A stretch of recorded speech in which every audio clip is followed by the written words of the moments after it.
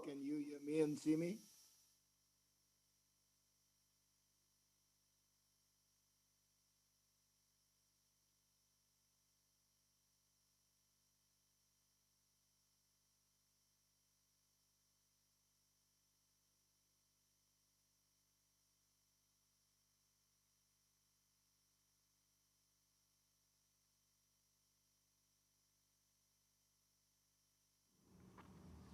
Right. Thank you very much for making yourself available, Advocate Arendse. I'll call you Comrade Norman, just to make it clear that this is a session where we are relaxed, but relaxed even though we are. I'm going to ask Advocate Mele to administer either the oath or the affirmation, just so that everybody must know that what we are doing here is serious. Afternoon, SC. Good afternoon. I'll take the oath. No problem. Advocate Arendse, do you swear that the evidence you're going to give today is the truth, nothing but the truth? And if that is so, please raise your right hand and say, "So help me God." So help me God. Thank you. You have now been sworn into the proceedings. Thank you. Thank you. Advocate Arendse, you made a submission to the Ombuds, and your submission is divided in a number of topics. You first deal with your experience, and then you deal with the Cricket South Africa, the structure of Cricket South Africa.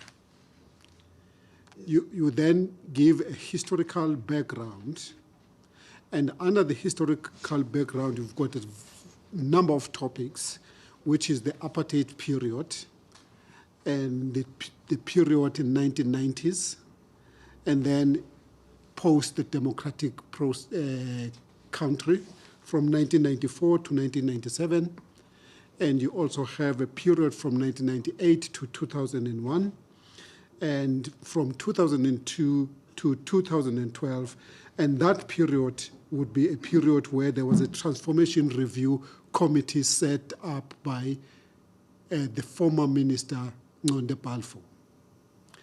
And then lastly, you talk about the 2013 period to date. Yes. So the ball now is then on your court, just to take us through. Thank you, Sandile. Chairperson, I do not intend to take you through this document. It's quite a substantial document. It is my recordal of what I hope is a fair and accurate account of cricket since I became involved in cricket at an executive level in 1991-92 as a member of the Western Province Cricket Association executive, at that time under the late Percy Son, whom I know you knew fairly well. So it's a long period of time that I've been involved in cricket, served on various boards, became president of what is now Cricket South Africa in 2007 and 2008. And if I may just take the opportunity of saying, it was by the most unfortunate circumstances that I became president of the cricket, so it was through no ambition of mine. I became president of cricket, Western Province Cricket, in 2005, 2006. So I'd hardly served there for a year when Percy Son passed on, and he was at that time the president of the ICC, and Boudray Mali, who was president of Cricket South Africa, because at that time the ICC president was determined on a rotation basis. So it was South Africa's turn to head the ICC. And despite attempts to take the position away from us, we insisted that we must still fill that position until the next rotation. Boerdery was then elevated to become president of the ICC. And it's at that point that I became president of what was then the United Cricket Board of South Africa. So it all happened very quickly, and I had to fill the shoes of giants almost immediately in a short space of time. So these are a combination of my experiences at that point, from that point onwards. In 2008, in September, I resigned because of differences I had with the CEO then, Gerald Majola. And like Dumile said earlier, I also wish to extend my heartfelt condolences to him for the passing of his wife. I spoke to him yesterday, and he's obviously devastated, and we all are. Gerald was the longest serving CEO in the world, so has extensive experience. And during that time, there was no one that was involved in cricket who didn't know his wife. And so we are really sad to share that experience with him. But anyway, we had differences, and I said to Gerald, look, I can't go on like this, but that's irrelevant to this inquiry. I then was out of cricket, formal cricket, for a long time, and in 2012,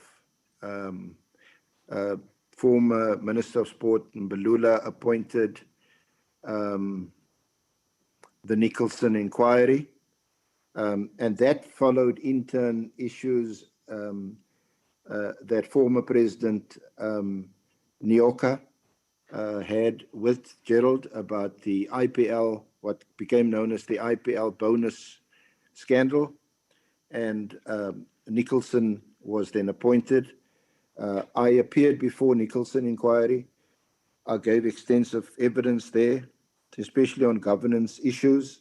And in that inquiry, I promoted the idea of a majority independent board to govern cricket, because as a president in Cricket South Africa, I experienced firsthand the many drawbacks of cricket being run by presidents like myself at the time, who were also involved in decision making, and that our decision making was being blinded and blurred by our own self-interests.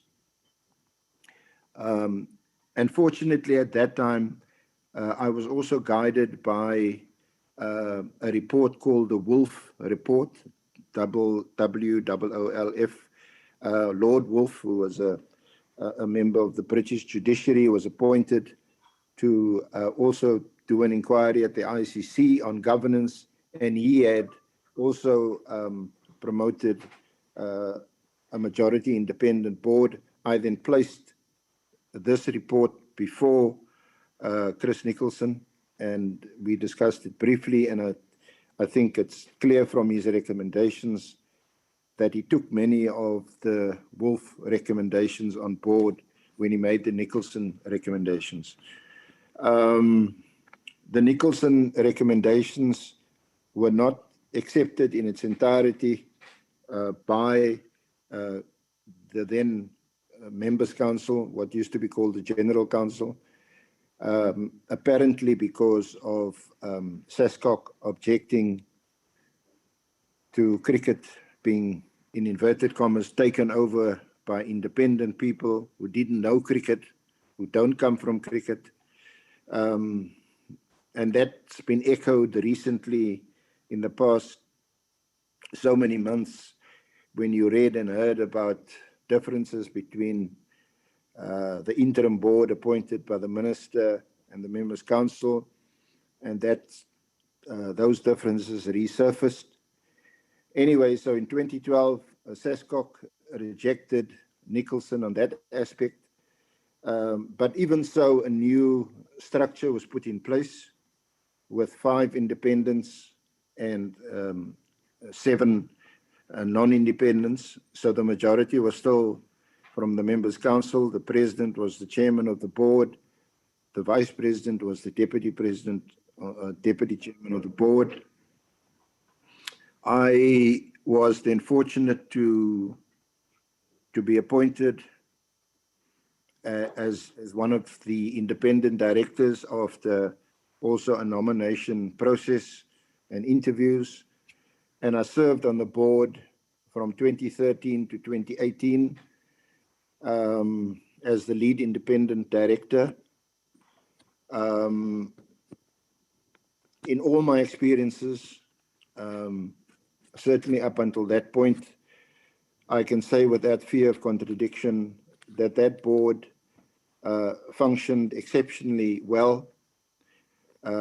It didn't function with regard to whether you were independent or non-independent. We got the job done. It was a golden period for South African cricket. It was stable. It was well funded. And by the time I stepped down in 2018, September, there was well in excess of 1 billion rand in the bank. So on the field, we were also performing. We were either first, second, or third in all 3 formats of the game, and that was a good period. Somehow things went wrong, and that's not the remit of this committee. But today, again, after ministerial intervention and a change to the MOI of cricket, there's now a majority independent board, and I serve on that board currently, but I don't represent the board here in these proceedings.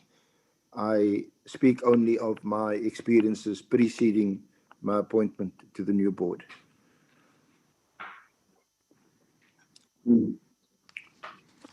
So as I said, I'm not going to take you through the document.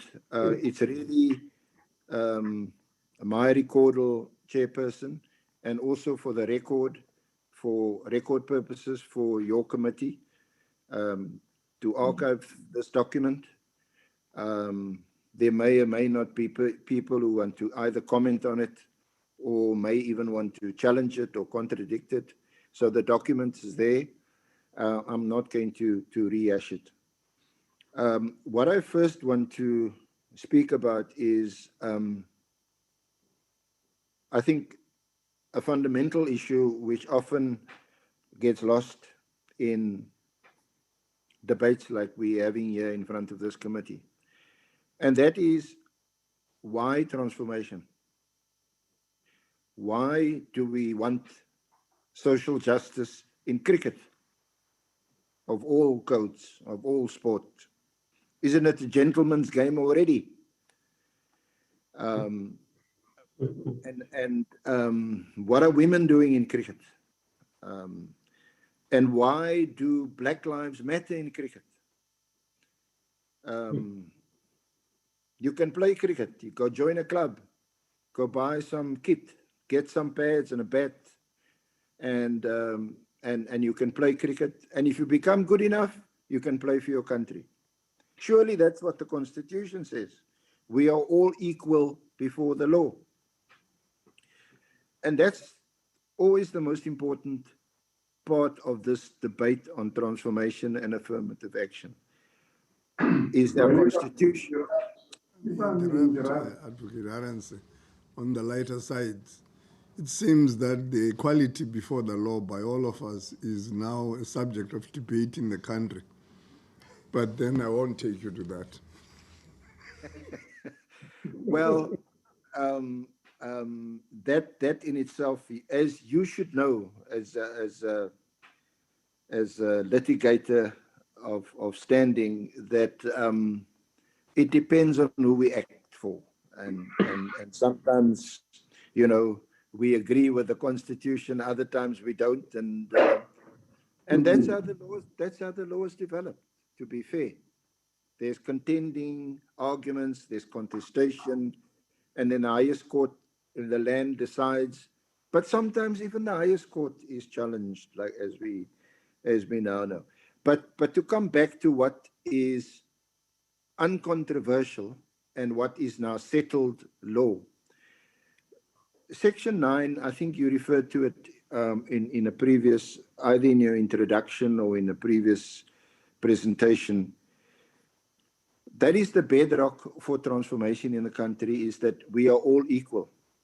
But our Constitution, as you know, also recognizes that there's a difference between formal equality, which is a declaration that we're all equal, and substantive equality, which is also recognized in our Constitution, that because of our divided past, our racial past, our discrimination, or past based on discrimination, and so on, where the overwhelming majority of our people were deprived of education, of land, of the most basic services, and weren't allowed to form political parties, weren't allowed to participate. And when they attempted to do that, we know our leaders were locked up, were jailed, and even murdered. And I think you know that very well, Chairperson, as having sat on the TRC. And I also had the privilege of appearing before you in a special sitting. I think it was in relation to one voter, Basson. So we know that this terrible past, which is still with us today, 27 years later, and it still manifests itself in all sectors of our society, including cricket. And the reason why it's important to start with the Constitution is that people must understand that this word transformation or affirmative action is not some invention of a political party or some left-wing progressive conspiracy. It is there because our Constitution permits it. And if I may just read to you, Chair, from Section 9.2 of our Constitution, which reads as follows: equality includes the full and equal enjoyment of all rights and freedoms. To promote the achievement of equality, legislative and other measures designed to protect or advance persons or categories of persons disadvantaged by unfair discrimination may be taken. So that is that Section 9.2 gives us license to take and introduce measures to promote and protect persons and categories of persons. And obviously, here it's a reference to those previously disenfranchised Black people, in particular Black African people, disadvantaged by unfair discrimination. So that is that gives us license to address a discrimination and deprivation of the past. And there's no better case I've always found in my many, many debates that you also know, Chairperson, that we've had in the advocates profession on introducing a transformation. There's no better reference point. It's not in my document, so I'll give you the citation. Minister of Finance and another versus Van Heerden, 2004, bracket 6, SA 121. And it's an absolutely outstanding judgment of Moseneke J, as he then was, Deputy Chief Justice, now retired. And I'll just quote to you from just a few lines. At paragraph 22 of the judgment, under the heading Equality and Unfair Discrimination, at paragraph 22, it says, the achievement of equality goes to the bedrock of our constitutional architecture. The Constitution commands us to strive for a society built on the democratic values of human dignity, the achievement of equality, the advancement of human rights and freedoms. Thus, the achievement of equality is not only a guaranteed and justiciable right in our Bill of Rights, but also a core and foundational value, a standard which must inform all law, against which all law must be tested for constitutional consonance. Then he says, and this is important for your terms of reference, Chair, at paragraph 26. The jurisprudence of this court, obviously the Constitutional Court, makes plain that the proper reach of the equality right must be determined by reference to our history and the underlying values of the Constitution. As we have seen, a major constitutional object is the creation of a non-racial and non-sexist egalitarian society underpinned by human dignity, the rule of law, a democratic ethos, and human rights. From there emerges a conception of equality that goes beyond mere formal equality and mere non-discrimination, which requires identical treatment, whatever the starting point or impact. So just to pause there, and in line with what I may have said earlier, is that just because we have a constitution, a piece of paper which says that we are all equal before the law, doesn't make us equal before the law. And just because some parties in our country and a lot of people, even amongst our community, says, so what are you complaining about? We are all equal now.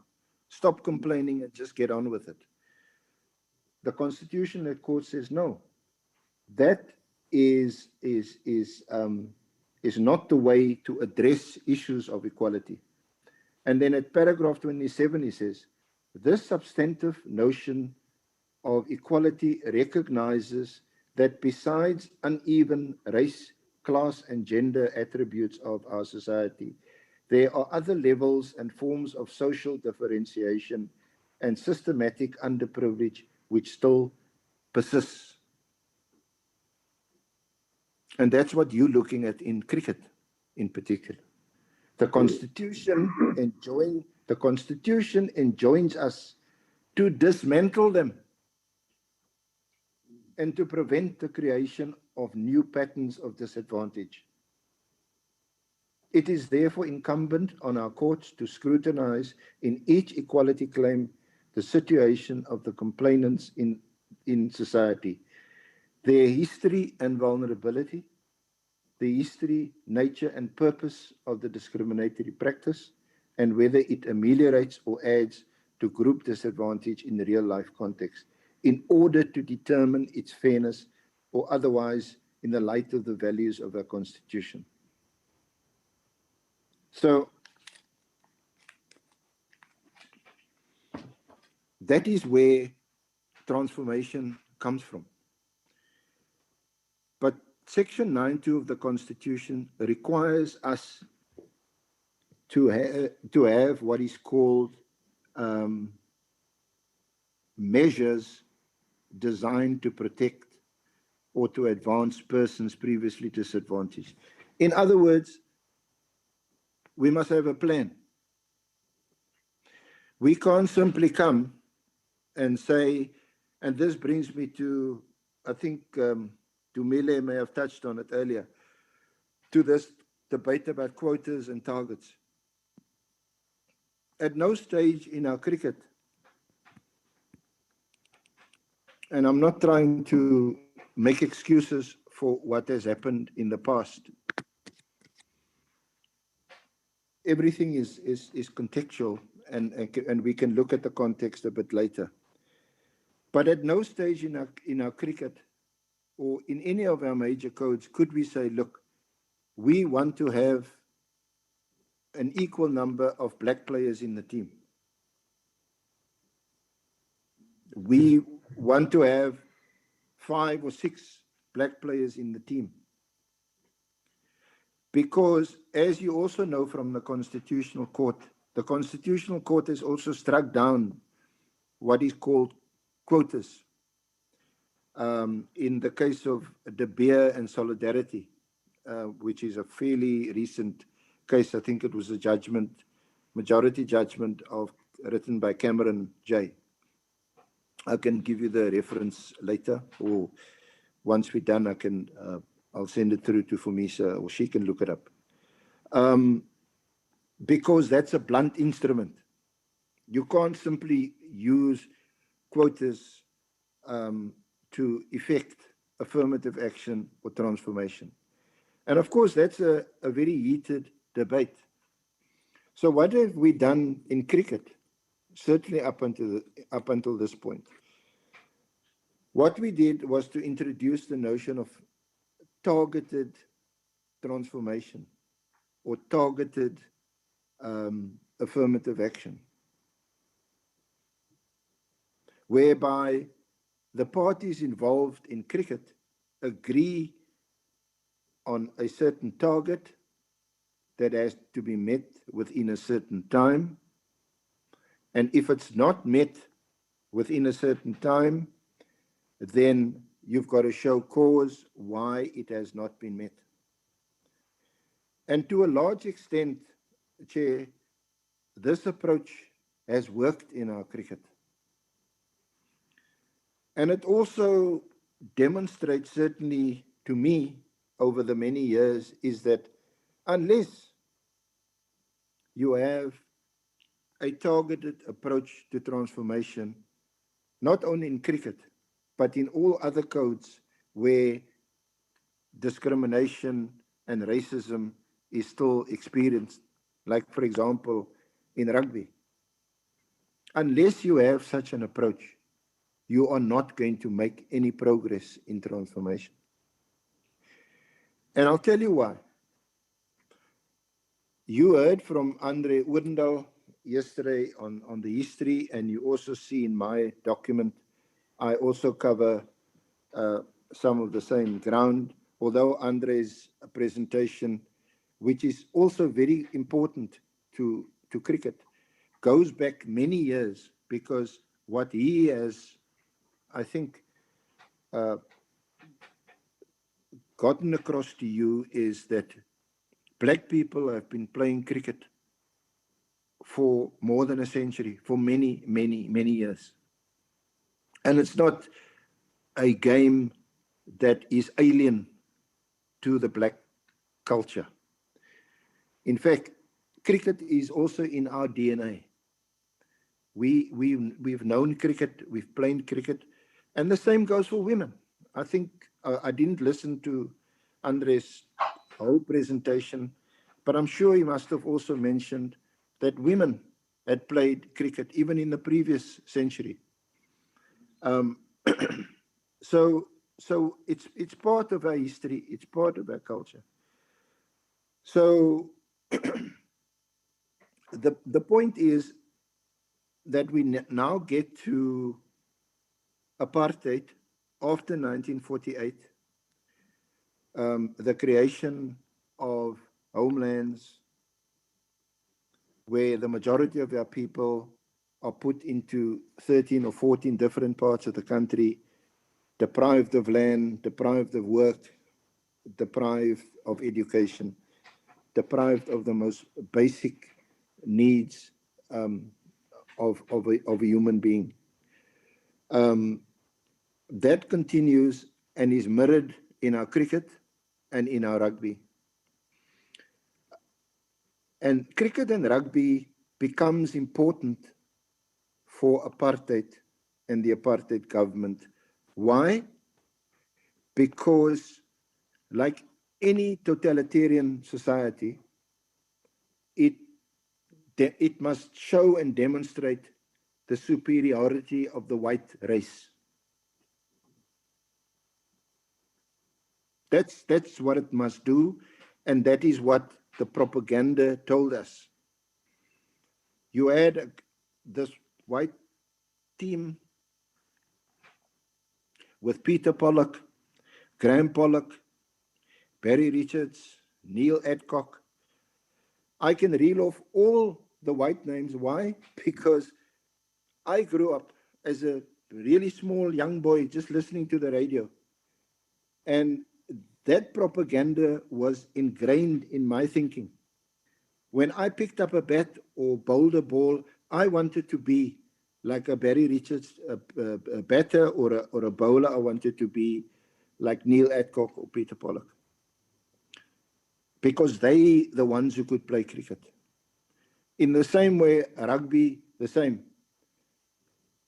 I was never that size, but I wanted to be like a Frick de Pree or one of these rugby players, Sid Nomus or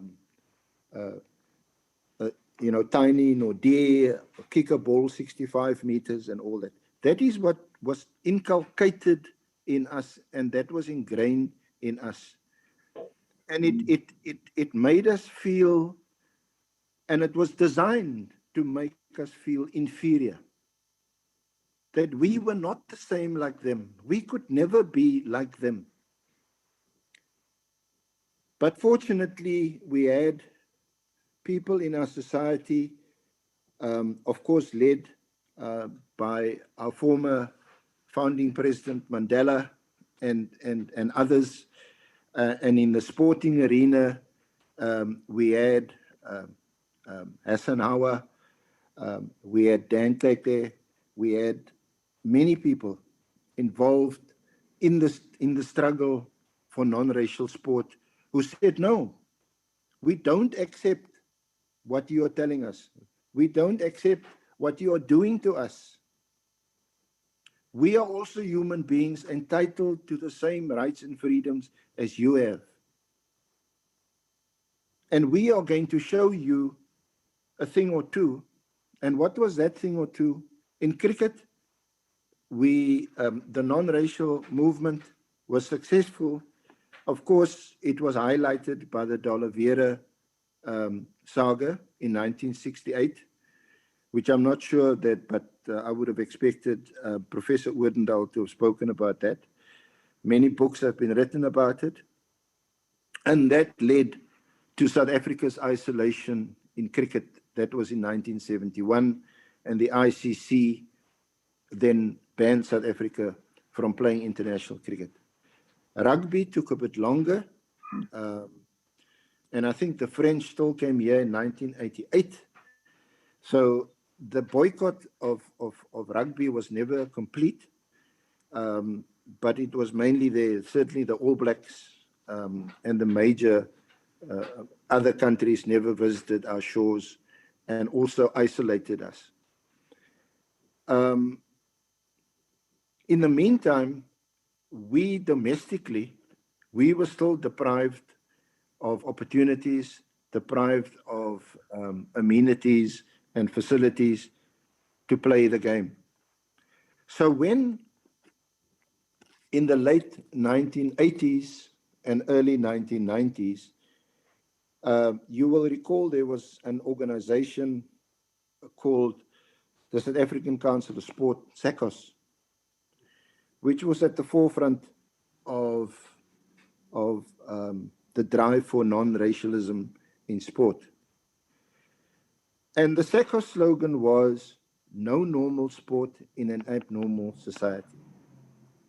Because by now, white rugby and white cricket was feeling the pinch, and they were beginning to make overtures towards us to be assimilated. And I think that is probably the appropriate word, to be assimilated into their structures. Come and play with us. You black and we white, but we can still play on the same field. And that was rejected. But then there were also developments politically. And these were important developments, and some of our, well, all sectors of society were invited by the African National Congress to Lusaka for discussions to request these bodies, including sports bodies, to become part of the broader liberation movement. And that is also when differences started to appear in our struggle domestically for non-racial sport.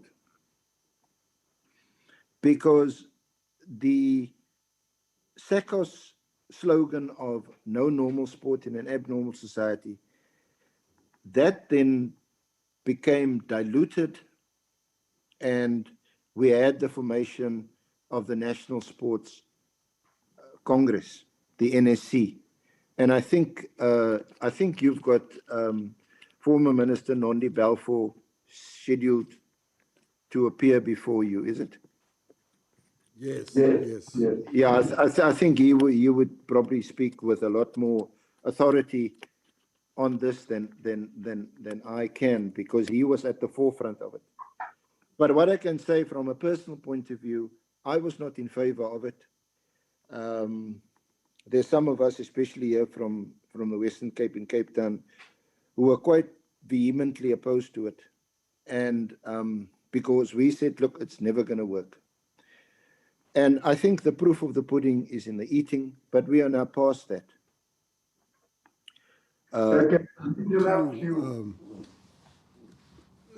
Council,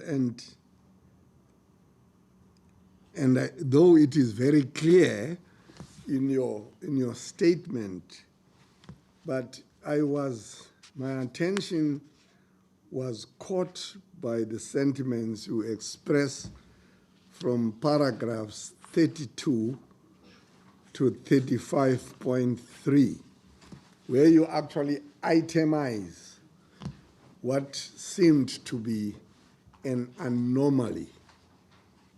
I know you are not speaking to your statement, but you know, I think exactly where you are at now, what you say in paragraphs 32 to 35 is very telling, because it seems to say, here are these unification talks. We are in 1999, 1991 now, but you are very clear in saying, just look at what was happening in 1991, and as if, and then you go up to 1993, and you seem to suggest there, and you will correct me if I'm wrong, that even so, we are now so many years from 1991, but look at how we are represented.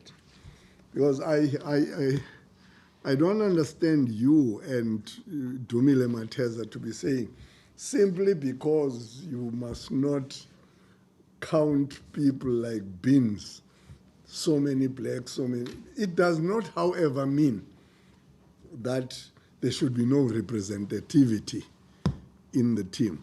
But I don't want to put words into your mouth, but I was very struck by that analysis you make in those paragraphs.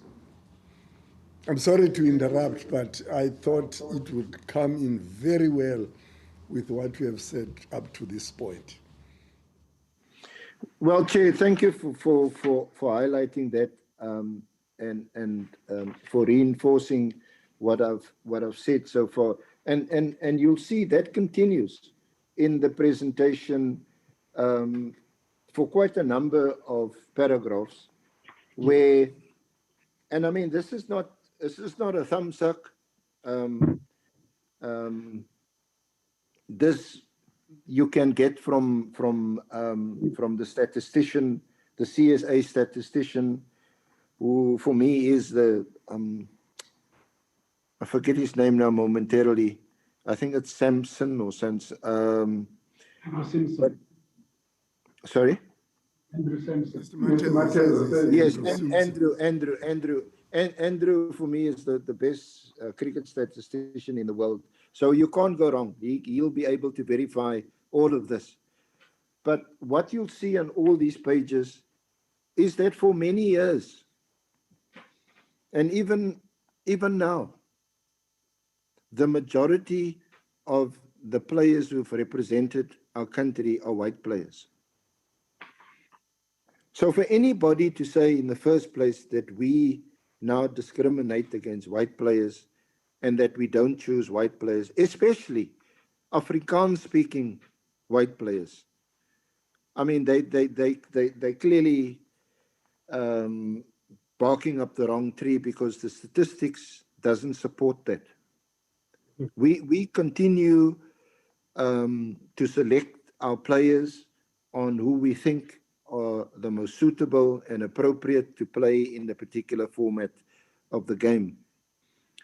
The complaint is, and this is what your inquiry is addressing, is the slow progress made in relation to especially Black African players representing this country in the national team. That is the source of the complaint, and that is the issue that must be addressed. Now, when we started with Unity in 1991, 1992, it was very much in the Mandela mode, where we all had this romantic notion that we all needed to live together in peace and harmony and everything will work out fine. It was based on mutual love, mutual respect for each other, and we must just get on with it. But of course, that has proved to be not the case, because the discrimination, the deprivation, the degradation, the killings, and all that under apartheid, that will never go away. That will never go away. All those hurtful things that have happened in the past. And in cricket, and our leaders at the time, Krish Makadush, Percy Son, Jake Scherwel, people like that, they bought into that narrative. And they said, look, things must happen naturally. They made it clear that our teams must be representative. I sat in meetings where there were big fights about it, but there was no compulsion. Everything was going to be, please, our teams must be integrated. Our teams must be representative. But there was the other side of the equation that never played the game. It is they who didn't respect the rules of the game. So for many years, even in 1998, I have it in this paper here, and I'm sure Andre also spoke about it, when the Transformation Charter of Cricket South Africa was adopted at Newlands. Again, it didn't impose any quotas or sanctions. There was this unwritten rule that our national team must have at least 4 black players in the team. It didn't define players of color or black African, it just said 4 black players in the team. So that was more or less the case for a long time. And it was only in 2013, after Nicholson and the new board was installed, that the first thing that the new board decided, and Chris Nenzani was then the president and the chairman of the new board. The first thing we decided is to have an indaba, where all stakeholders would be represented. The whole cricket family will be invited to attend. So that was a big gathering where all the provinces were there, all the coaches were there, the umpires, the players, sponsors were invited, and we had headline speakers. And the important thing about that indaba was the theme of the indaba was the Africanization of cricket. We're an African country. We must find African solutions to our difficulties and our problems. We can't import English, Australian, or even Indian solutions. Yes, you can refer to them like we do in the law often for their own experiences, and if it's similar to ours, then sometimes you can adopt it. But otherwise, you must find your own domestic solutions. So that is the first time we had this indaba. And in that indaba, we looked at 6 things: governance, professional cricket, amateur cricket, the history and legacy of cricket, funding, and procurement and staff. And emerging from that indaba, the then board engaged, and this is what we had to do because we live in a constitutional state. We had to engage with the South African Cricketers Association in order to introduce what we then eventually introduced were new targets. And this was a real game changer for our cricket. And the benefits of it can be seen today.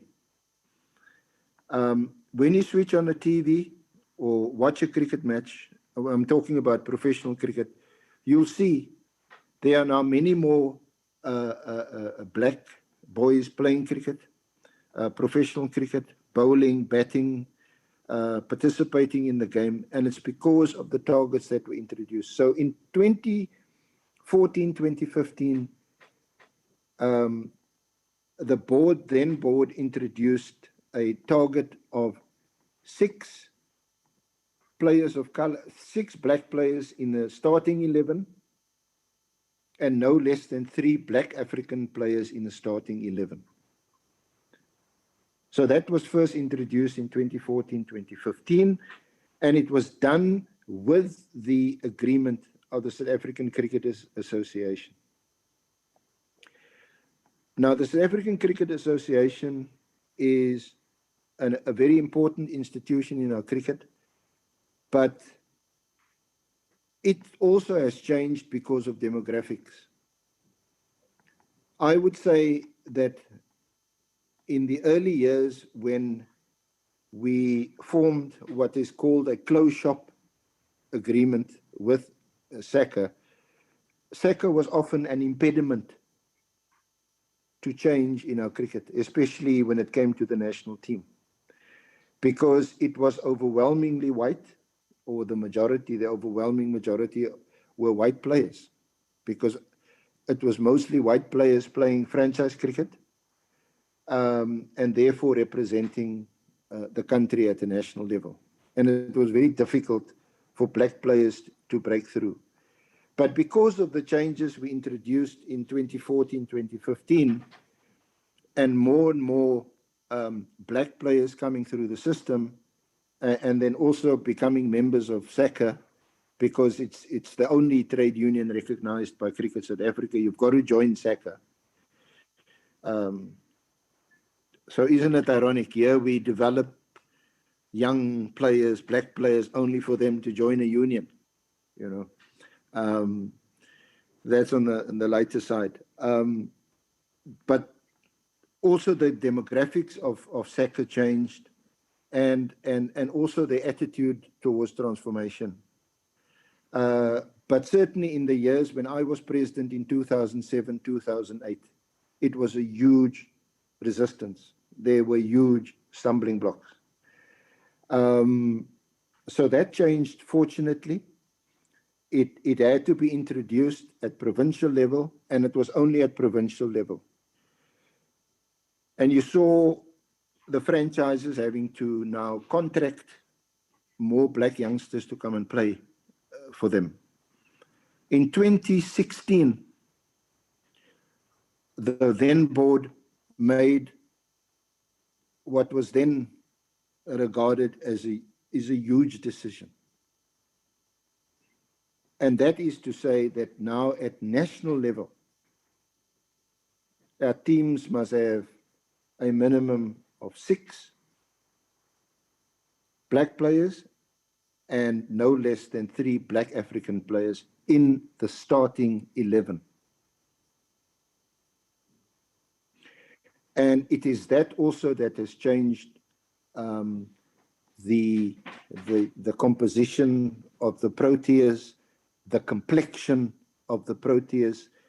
And Andrew Sampson will be able to give you the statistics where the Proteas have, from time to time, even fielded 8 or 9 black players in a team, including 3 or 4 black African players. So on that front, there has been a lot of progress, and we hope that that progress will continue. Of course, what I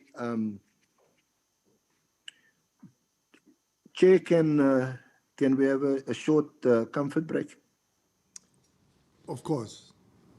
We are now, I know we have reached that age. Eh? You are asking the comfort break for us as well. We are at that age. Can we come back at 2? That will be about 5 minutes. Yeah, 2. Thank you. Okay. Thank you. Okay.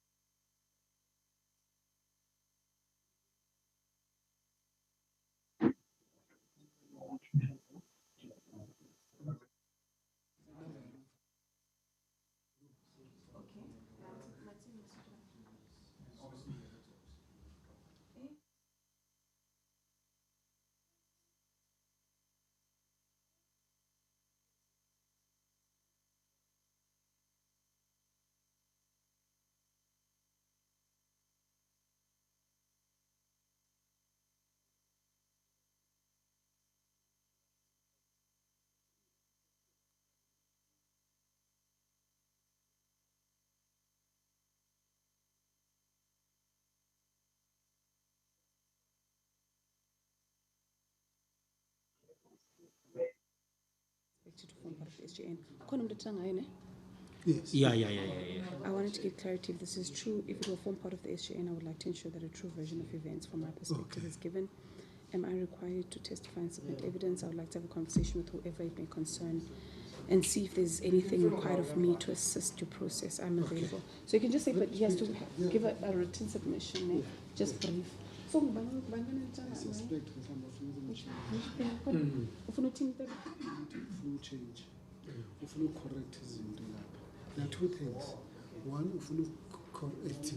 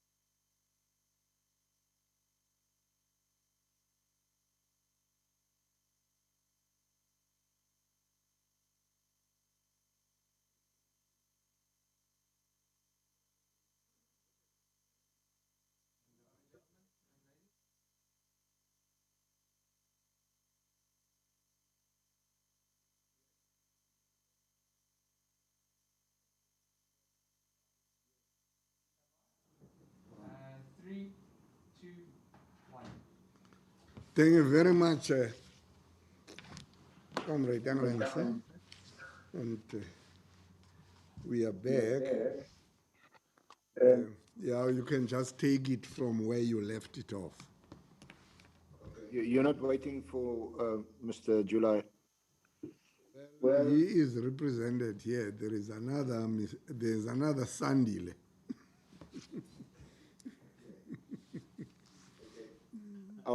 So, Chair, in the short time I have available, let me address some of the issues which I record from paragraph 83 on page 25 of my statement. 83. Don't rush yourself. If there are areas you would have loved to touch, but for the fact that you are now closer to where we were scheduled to end, I would rather you say anything that you wanted to capture, and then we could negotiate with the next participant what time is available to them. Thank you, Chair. Yeah. I may want to, with your leave, obviously be recalled, as it were, given further opportunities. Because I think I may have indicated earlier to Dumisa that the time allocated may have been a bit too short. But that I will leave that with you. So just in the short time available, let me just touch on some topics which I think may require more time and certainly deserves more time. I think I've touched on the constitutional framework, but then we also have the statutory framework in which you operate, and you've mentioned in your introduction and in your terms of reference, there's PAPUDA, but there's probably the most important piece of legislation when it comes to sport and cricket, where it's been invoked on at least two occasions in quite a seismic way, and that is the National Sport and Recreation Act of 1998, 110 of 1998, and recently the minister used his powers under that act to also intervene in cricket. But that act is also important because it's in terms of that act that the minister, through the Sports Confederation called SASCOC, requires all sporting codes, including cricket, to comply with various transformation targets. And that is where, and you may hear this more from Max Jordaan, who comes in after me, about the Eminent Persons Group, the EPG. Is an EPG that is required to be completed annually, and there's then a scorecard that is created, and he knows the mechanics of this very well, and I think he can take you through it if you require further explanation. But just in brief, that scorecard is important for all the major codes, because if you do not pass certain indicators, or you don't succeed in satisfying SASCOC and the minister that your code has met certain requirements, it may lead to derecognition by the minister. It may lead to funding being withdrawn. So it's quite far-reaching. And it's this scorecard that keeps the major codes like cricket and rugby on their toes, because they have to be completed. And yes, one might say it's a numbers game, but I think that's being quite cynical to always say, oh, it's not a numbers game. At the end of the day, that is what we look at. When we switch on our TV to see our national cricket team or rugby team, especially those of us who come from another era, we always say, hey, how many darkies is in this team? Only two. You say, no. That's not right. How can it be? Now we see 4 or 5 and we say, oh, now I can sit down and pour myself a cup of coffee or tea and relax. Or it's even better when it's 7 or 8. That's a natural measurement that we have. So the EPG is important, and Mr. Jordaan can talk about that. So the National Sport and Recreation Act is important. There's of course the BEE Act, because your inquiry is not only looking at the complaints of players, there's also members of staff. There are also staffing issues. And that act, of course, applies to Cricket South Africa. We're a company, we're a PTY Limited, and we are also required to comply with the law as far as that is concerned. And especially in terms of our procurement, we are also required to comply with the law. So there are a number of statutory provisions that also apply to cricket. But where perhaps, and I hope this your inquiry doesn't lose sight of this fact, that the distinction between professional cricket and amateur cricket. I know a number of your high-profile complainants.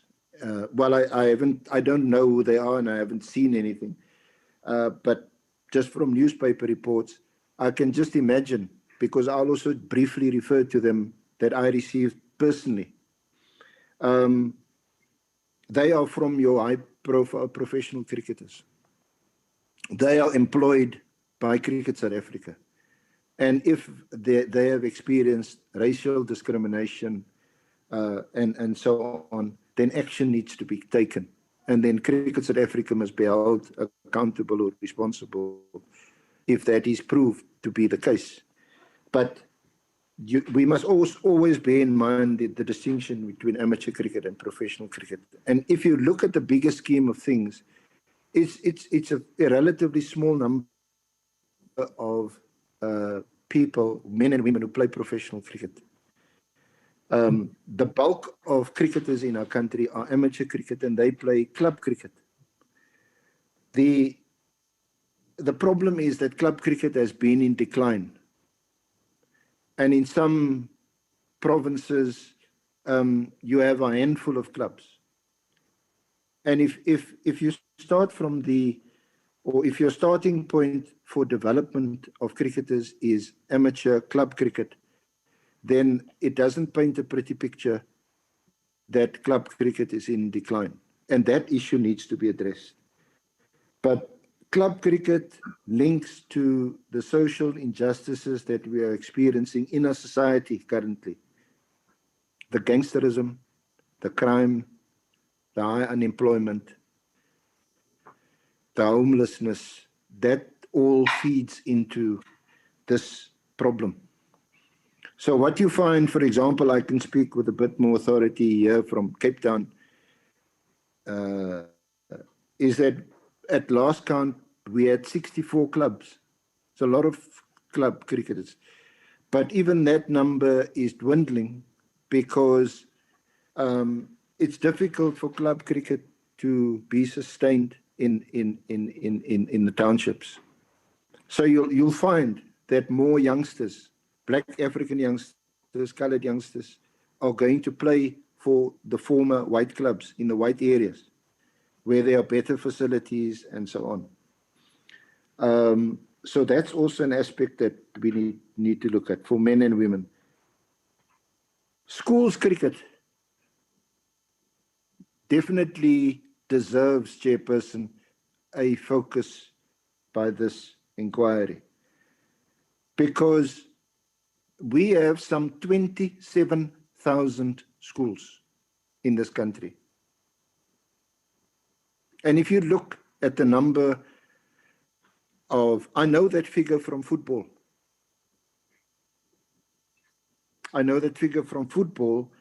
But if I consider that in football, there were some 4,500 schools playing football or soccer. I'm afraid the figure that you're going to get from cricket is considerably less. That raises the question,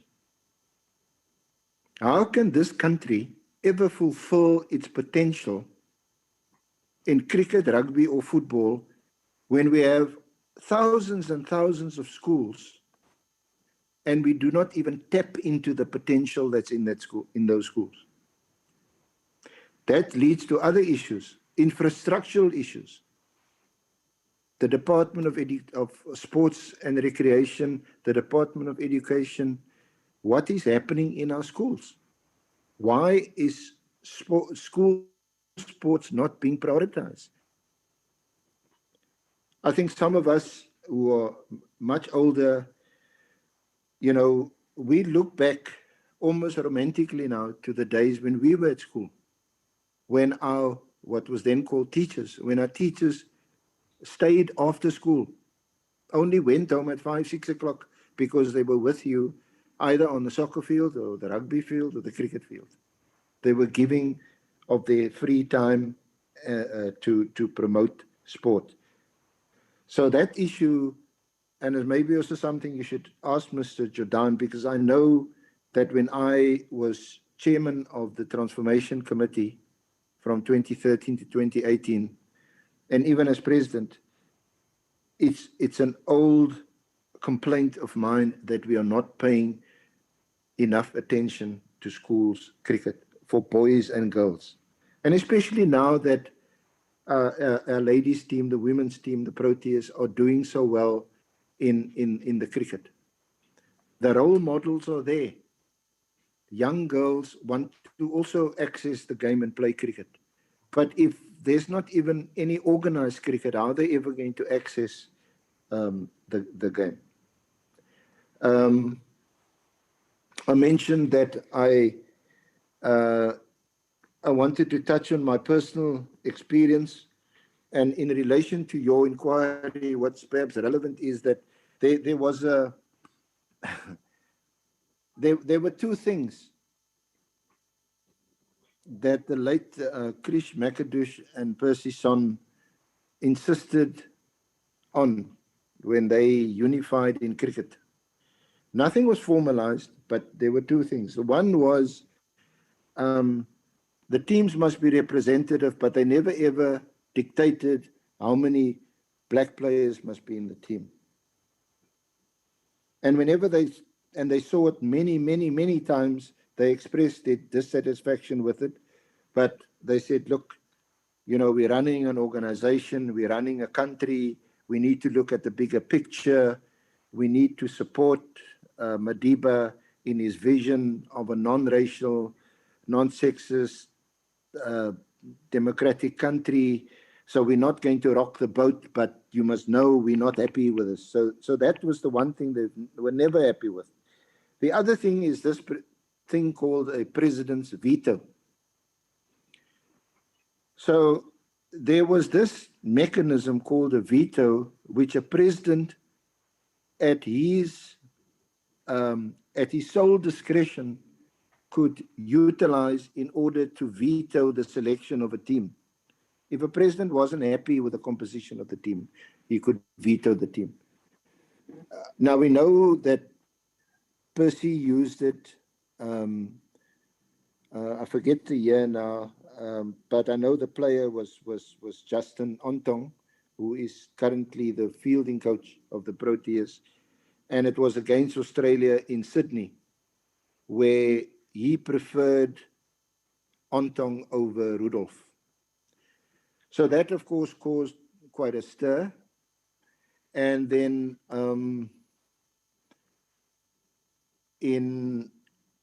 when I was president, a team was selected to go to Pakistan to tour. And the team was presented, the squad was presented to me, and I vetoed the selection of Andre Nel, preferring Charles Langeveld, who's a player of color, over him. I didn't at any stage use my prerogative to interfere in the selection of an on-field 11. In other words, where 11 players must go onto the field. I've always respected the right of a captain and a coach to select their final 11. I did use it, ironically enough, in a situation involving an Afrikaans-speaking white player and an English-speaking white player, when I preferred LB Morkel to another white player when a team was selected, and I think it was in the a T20 format, in a lower format. And if you know cricket, then LB was one of our leading all-rounders in the shorter format of the game, ODI cricket and T20 cricket.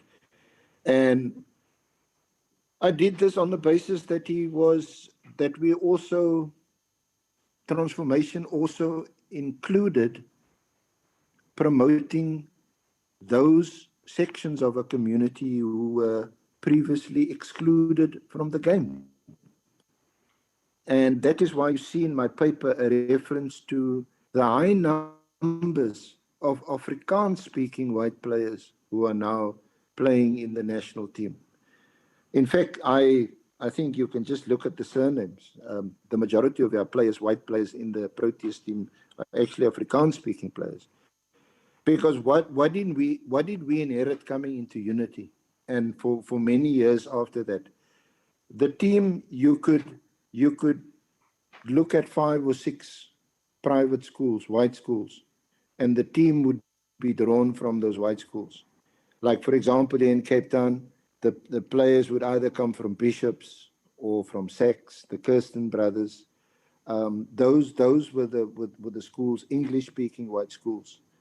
And it's only when Unity and after Unity, when more and more Afrikaans-speaking players were also selected, because that was part of our philosophy and our belief that we should not discriminate against anybody. So the Afrikaans-speaking white players were part of that. So as far as that veto is concerned, that is the only one that I can recall. There was also a situation of Jacques Callis when we selected a T20 squad, and I questioned and eventually was excluded from the team because at that time his statistics showed his batting average was below 10. And I was of the view that I didn't think he justified his place in the team, certainly on what was called merit. And that also caused an uproar because, of course, Jacques is not only one of our greatest players, but one of the world's greatest players. But we also know that he, although subsequently became a good T20 player when he played in the IPL, he was known for his monumental contributions in Test cricket and also in ODI cricket. So that was quite controversial, and I was lambasted in the media for using this presidential veto. And eventually, before I resigned in June 2018, at a council meeting of the United Cricket Board of South Africa at the time, I said to the meeting, look, it seems to me that some of you do not share my understanding of what the presidential veto means. And perhaps if we do not have a shared understanding of what it means, we should perhaps scrap it. And it is at that meeting that the presidential veto was then removed from South African cricket, or from its landscape.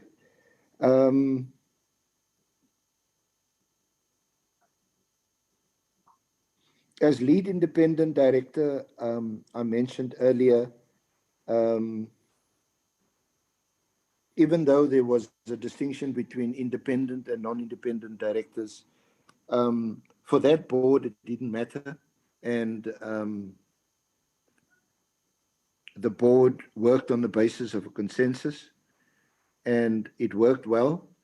And I dare say that if things didn't happen in the last year or so in South African cricket, it may well have stayed like that, and the minister may well have not intervened in cricket. But I think what that underscores is that it's important to get as far as possible the best people or quality people to sit on your board so that they can make the right decisions in the best interest of the game. And if you don't, then things may just go wrong like they did in the past year or so. As lead independent, I had a number of interactions with players who were complaining about their treatment in the national team. They were complaining about being selected to go, especially on tour, and not being given the opportunities to play. As you would expect, and as the lead independent, I raised this with the chairman of the board, who was also president of Cricket South Africa at the time, Chris Nenzani. In his own way, he tried to speak to whoever the coach was and the captain was about these issues, and whether or not they were resolved or addressed, I don't know. I'm just conveying to you in the context of your terms of reference that there were complaints to me from these players. I would not want to mention them by name now, because I don't even know. I can only say I suspect that they would also have lodged or filed statements with you, but I haven't seen them. Maybe, given that this is not a court proceeding, chairperson, maybe offline we can have a word about it, or maybe you can show me some of these submissions. I may be able to identify with some of them. What I did do, and I think it was made public, was there was a complaint in 2016 when Kaya Zondo, who is captain of the Dolphins, and I suppose better known as the son of the Zondo inquiry,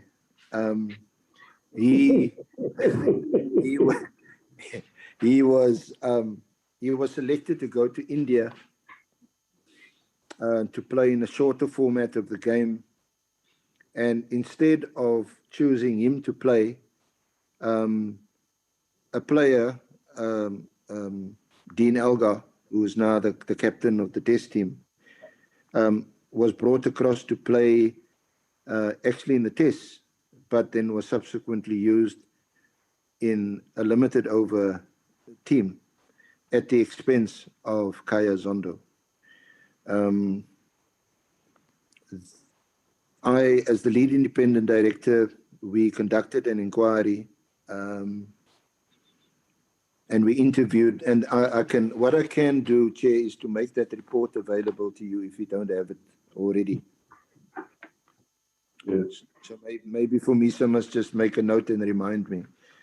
And we found that he was unfairly excluded.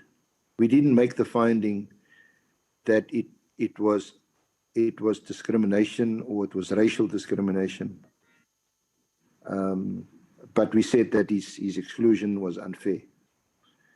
And we, as sort of remedial action, we said that South Africa, Cricket South Africa, and the president, chairman, must apologize to him for the conduct of Cricket South Africa in those circumstances. I don't know whether he in fact did so. Then, yeah, just just quickly, my experience as a player,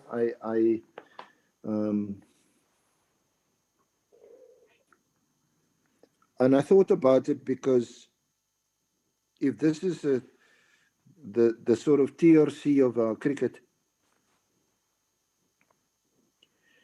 and you, Chair, were the arch,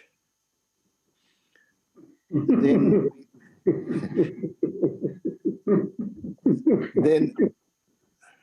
then at this stage I would really break down and cry, because I know I played a fairly decent game of cricket, but I do know so many of those who I played with. And I started playing at the age of 6 or 7, formal cricket. We were serious about cricket. We played cricket all the time, even at night. Before there was night cricket, we played night cricket. Under any lamppost in the road. We played wherever we could. Because I was born and raised near a very famous ground called William Herbert in Wynberg. And then subsequently moved to Athlone to another famous ground called Turfel Park. And that was the center of our sports, cricket and football especially. But what I can say is that I've played with and known great cricketers who never ever had the opportunity of representing their country.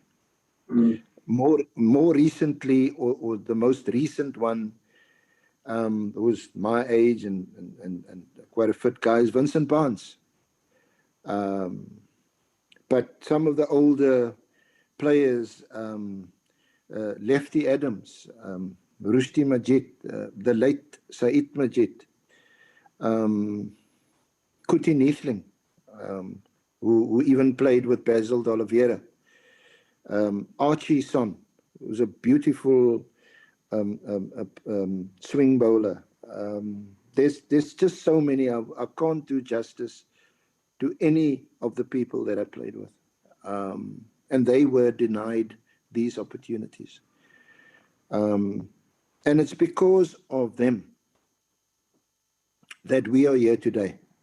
We stand on the shoulders of these giants of the game who gave up their lives, literally, and sacrificed their lives and their livelihoods for this beautiful game. So maybe it's another aspect we should inquire into, because, Chair, if you're going to consider recommending to the board any remedial action to be taken in respect of many of these players, and many of them are now, very sadly, passed on. You saw just last week, Gulam Raja, former manager for 20 years of the national team. Richard Dolly, who was a contemporary of mine, age 61, 62, passed of COVID. Gokes Adams, a left-handed opening batsman who played here in Cape Town, beautiful left-handed batsman. What are we going to do about that? Are we going to apologize to all these people? I think serious consideration must be given also to them.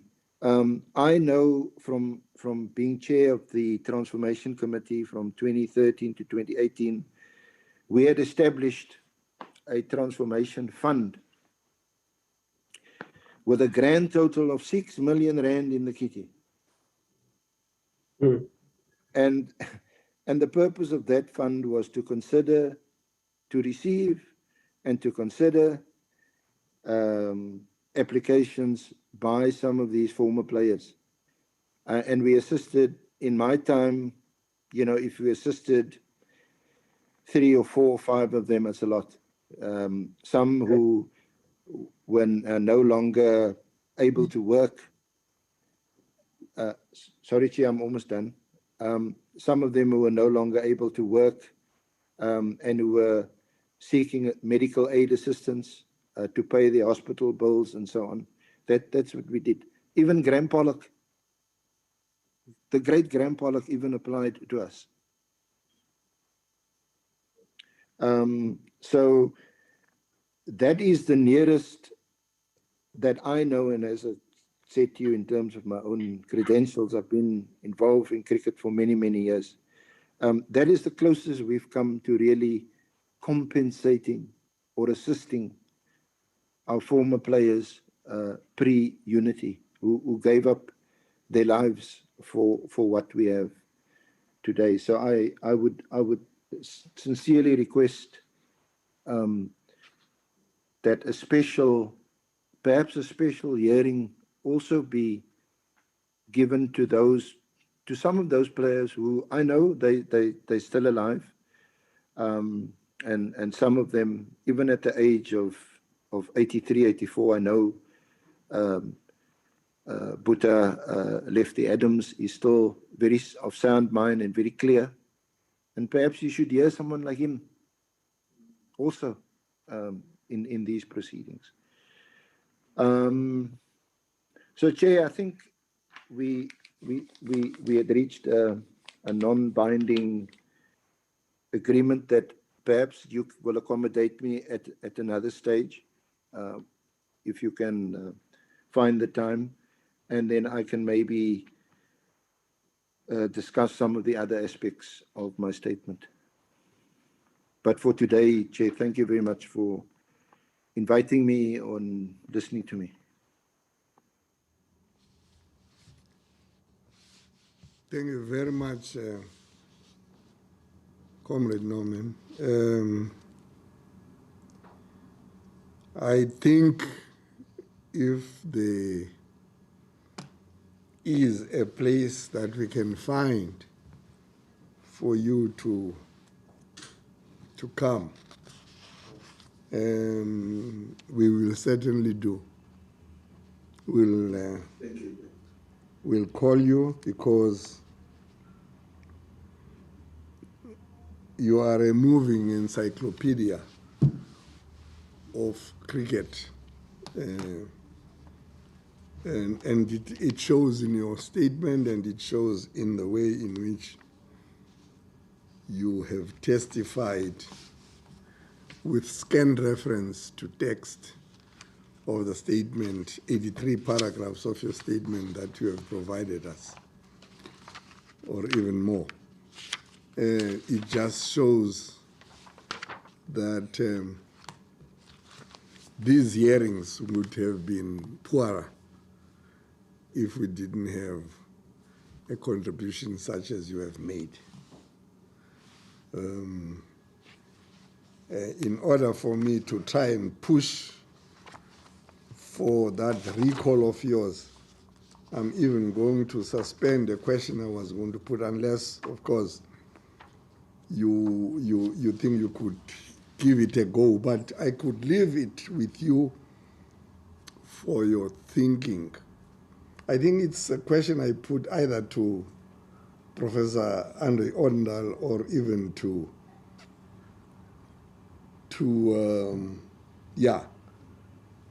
And that was the contribution made by the Afriforum on this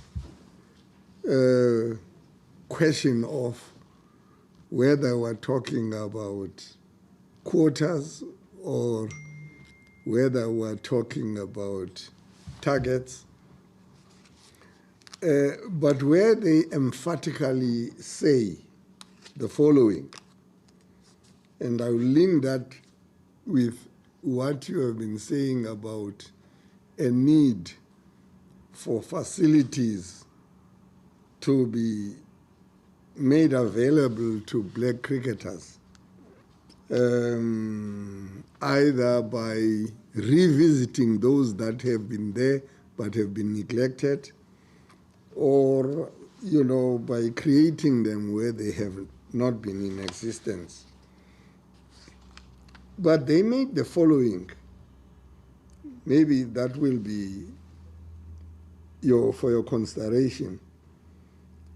They say in paragraph 5 of their submitted statement, the strict enforcement of racial quotas, that's what they call, has meant that race and not ability has become the primary selection criterion, which compromises the quality of the game.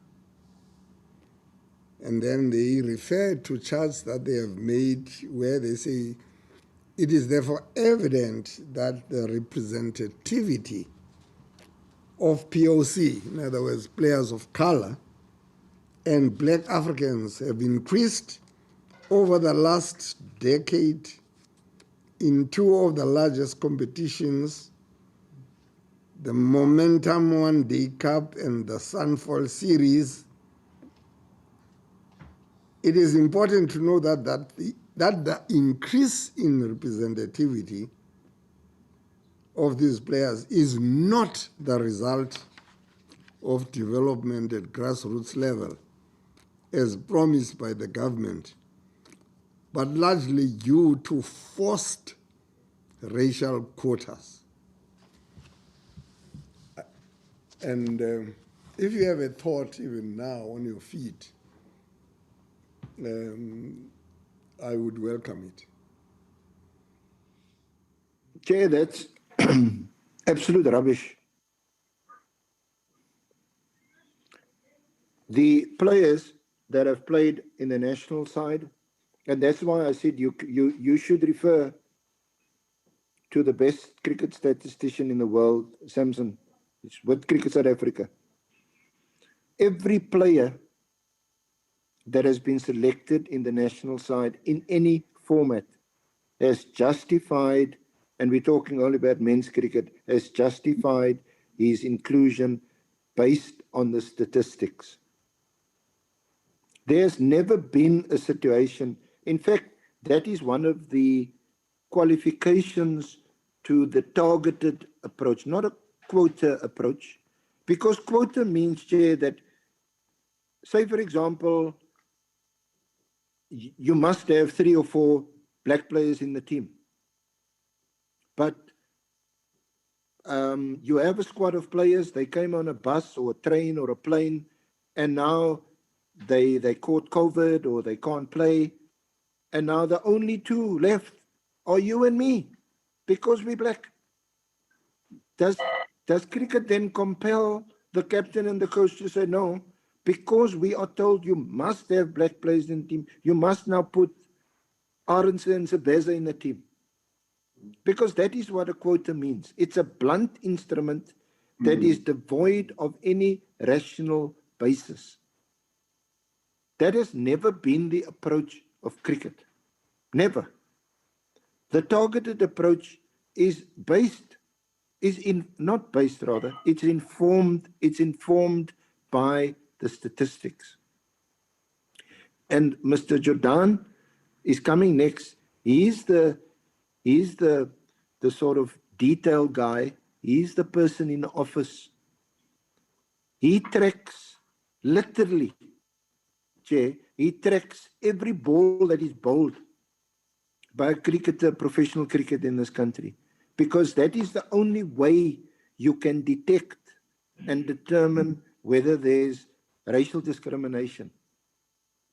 Because a coach simply tells you, say for example, as a white coach, he will simply say, no, that boy is in the team, he's not doing too well, that's why he's batting at number 7, number 8.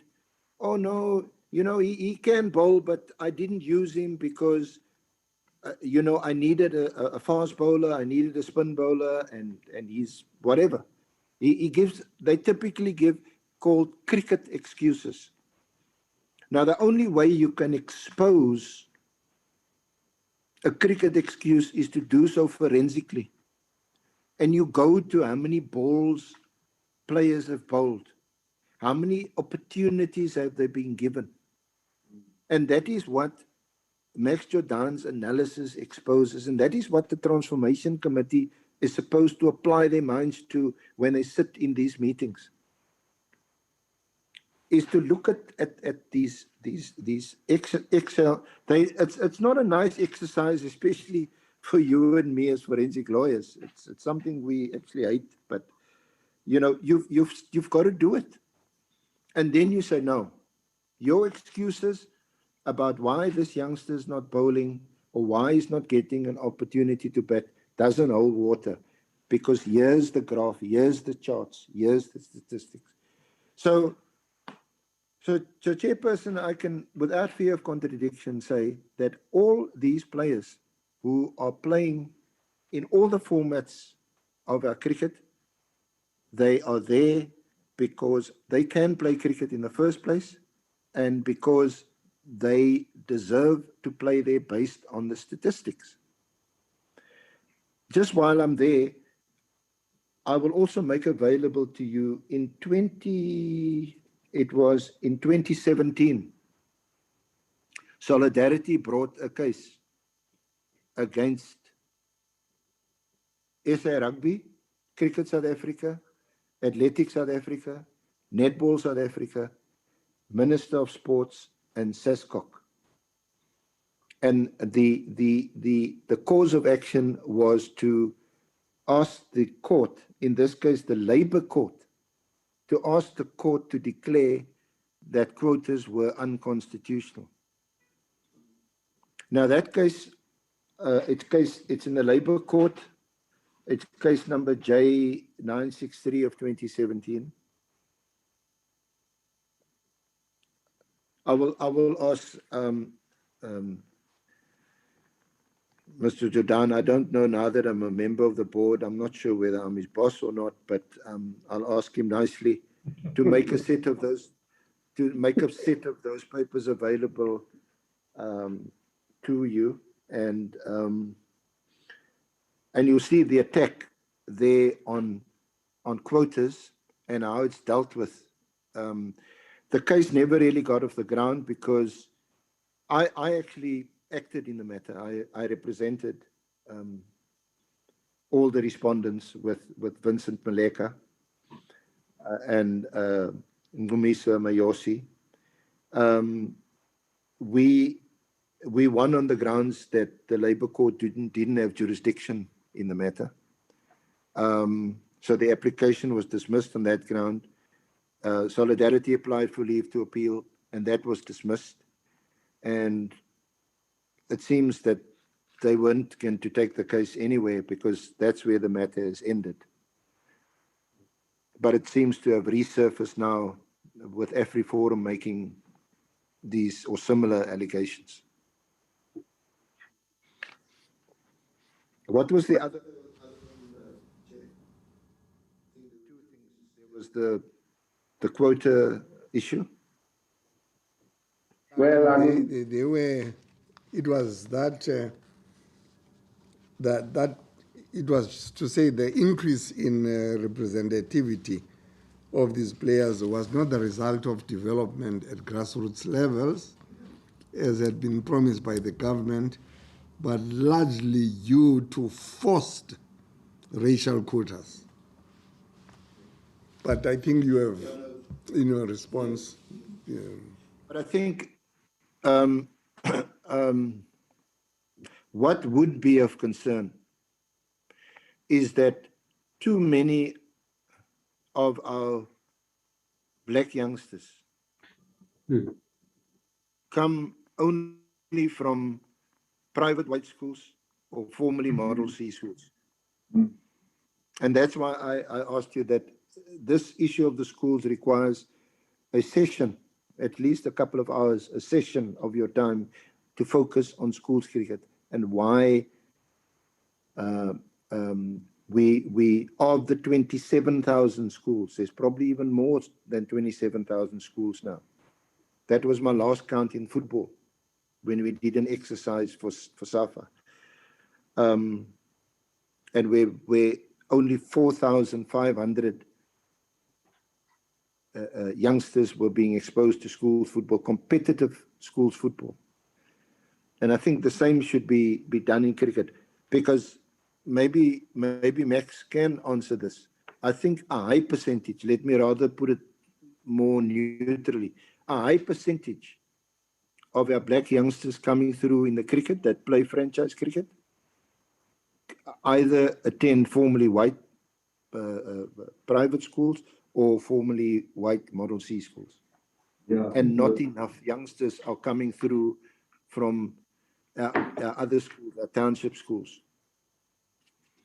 And that is a problem.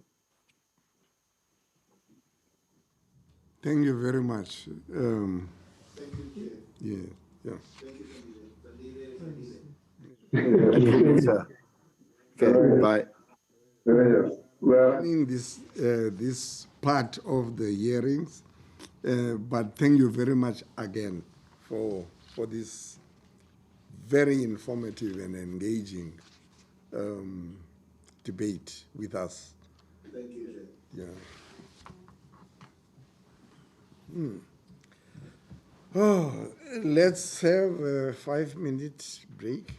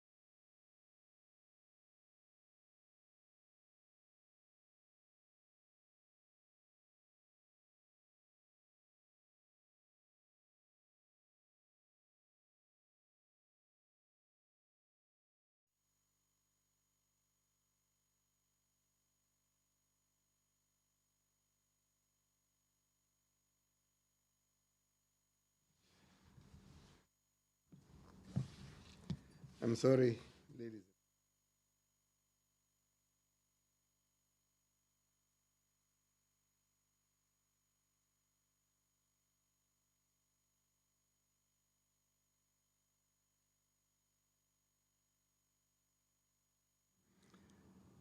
Oh, I just have to record my regret that we are not starting at 3 o'clock as I said we should. I'm sorry to everybody. Advocate Mele, will you administer an oath or an affirmation to Mr. Meg Jordaan, whom I believe is now taking or has taken the stand as our witness today? Afternoon, Mr. Jordaan.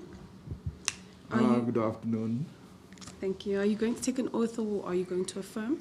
I'll do the oath. Thank you. Do you swear that the evidence you'll be giving today is the truth, nothing but the truth, and the whole truth? If that is so, please raise your right hand and say, "So help me God." What I'm about to say is the truth, the whole truth, and nothing but the truth, so help me God.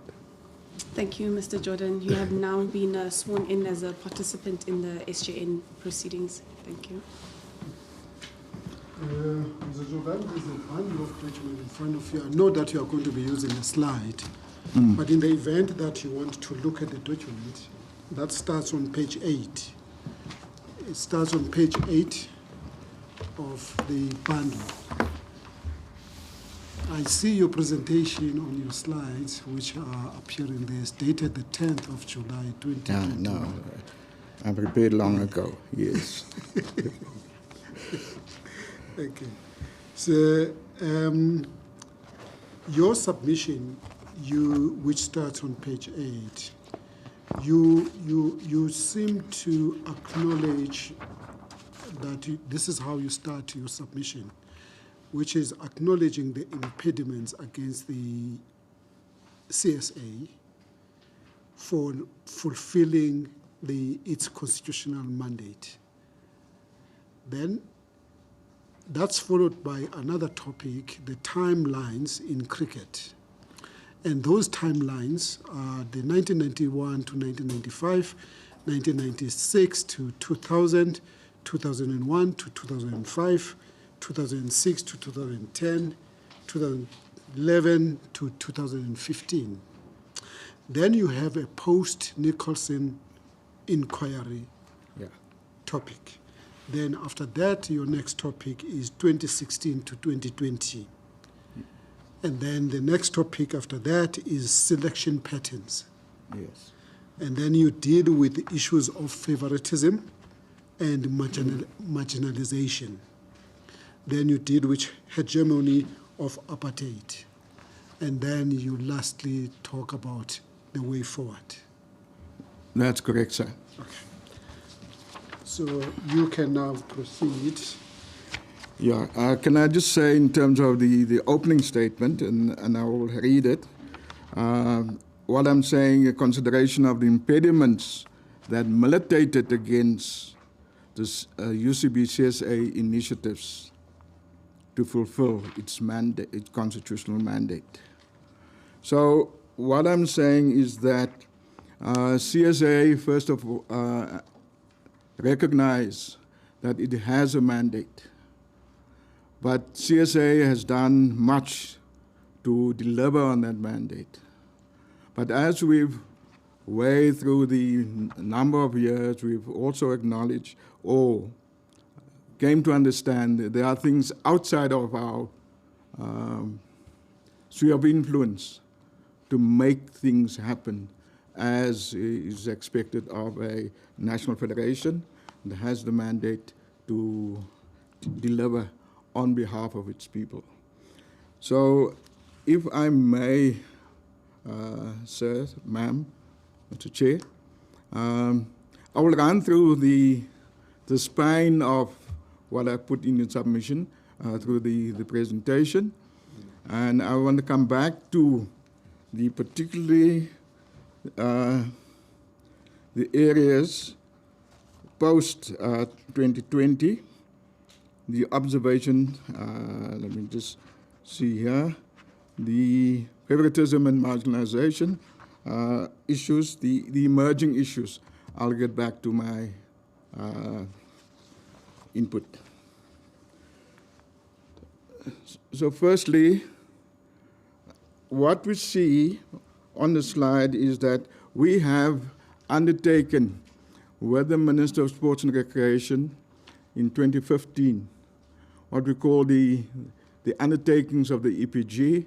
That was an undertaking between Cricket South Africa, SASCOC, and the Minister to deliver on 6 key priorities, and that to is access, also building skills and capacity.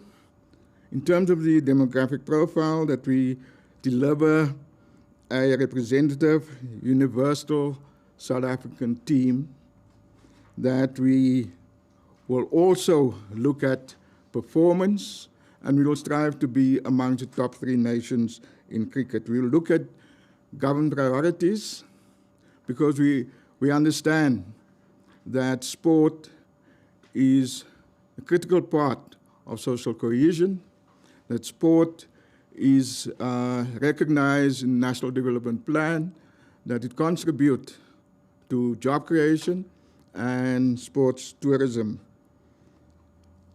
And all of that, obviously, under the banner of good governance. So I want, therefore, then speak on the grappling issue of defining what transformation is. And we are saying, and through many readings and so forth, we've come up in the 2013 transformation in Durban. I think that Advocate Arendse referred to, the response of an organization to the changing demands of the market that it serves. And I think that is, for me, the first fact that must sink in. That South Africa cannot be business as usual. That South Africa post-1991 must understand who the market is so that it can ensure its sustainability. And sustainability is not only financial sustainability, but it is also sustainability around its programs, around talent enhancement, and furthermore, that it is relevant. Because an organization, or in South Africa of today, you need to understand your market. And for you to be relevant, the issue of transformation and demographic representation, that is race, class, and gender, needs to be considered. So, and if you look at all of these issues that you are relevant, and therefore people will coalesce around you and want to be associated with you, support your matches, and you become then a beacon of hope for many people across the many areas that we have in South Africa, advantage and disadvantage. And that should give you the competitive edge. And I think earlier speakers have spoken about Cricket South Africa having had that competitive edge so that we can become a market leader in our industry. So many people think that sports and transformation or excellence in transformation, and we want to make it very clear that we don't consider it to be mutually exclusive. And in the good times when we had the test chalice in our offices, and if you look at that team, it was a team that was representative. It was a team that included, far more than the perceived target of 50% is, and that to us is important. But somehow we have lost that edge, and that is something that we need to look at. Now, many people have spoken about the issue transformation and with reference to the Constitution. Now, I'm making this reference because later it will become very clear as to why the issue of 9.2 within the Constitution becomes important. That we speak directly to the need to redress the categories of people previously disadvantaged. And the Bill of Rights, because we must understand, and I think Dumile has spoken to about the business of sport. And there's a difference between sports as a business and the business of sport, and we must understand that difference. And for us, therefore, we are saying the Bill of Rights speaks directly, in Section 10 about the dignity of our people. Further on in Section 22, it says freedom of trade, occupation, and profession. Whereas the practice of trade, occupation, or profession may be regulated. So, where this then leads us to is to say that in a society where we have the recognized inequalities, as many people before me quoted the preamble of the Constitution, and the need to understand the inequalities of the past and the need for redress. But when it comes to trade and profession, and cricket is a professional sport, and we will later see the consequences or the consequential outcome of the professional game. So this picture is a very important one. It speaks about the reality, the inequality that there is. And then if we speak about quality, and therefore we are saying everybody, people say it is the born frees, and therefore everybody is equal, right? But it depends on where you were born. Whether you were born in Alex or whether you were born in Sandton. That is a distinct difference. And those things we need to understand. So our realities of today we need to understand through the actions of what we've inherited, the unequal past. The Education Act of 53 separated what is then referred to as Bantu education from being state-funded and to become funded from the taxes of black African people. Right? And black Africans at the time were trained to become laborers. So therefore, you can understand the tax base. In 1963, it was for coloureds. In 1965, it was for Indians. And if you look at the first block of our reality, we must and therefore understand the cumulative effect of those inequalities. And when in 2013, we always invite a third-party independent person to address the audience. And this time around, we had Professor Stephen Friedman. Right? So people make transformation or redress a racial thing. And this, it simply says, means that people in a worse off position deserve more time and resources. That people have become worse off, in a worse off position because of the skin color is different. You find that in South Africa. You find it because of apartheid. So therefore, the whole issue of transformation becomes a black thing.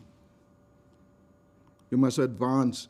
And the human dignity, the issue of human rights is forgotten, that everybody should be treated equally.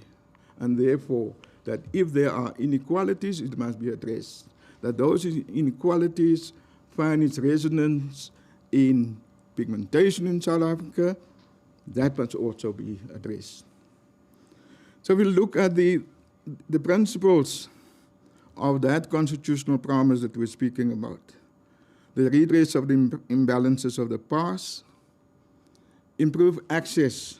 Now, when you speak about access, for us it means, are people able to play? Can they walk to a field of play? And I will go deeper into that later on. Is a fair opportunity? What is fairness?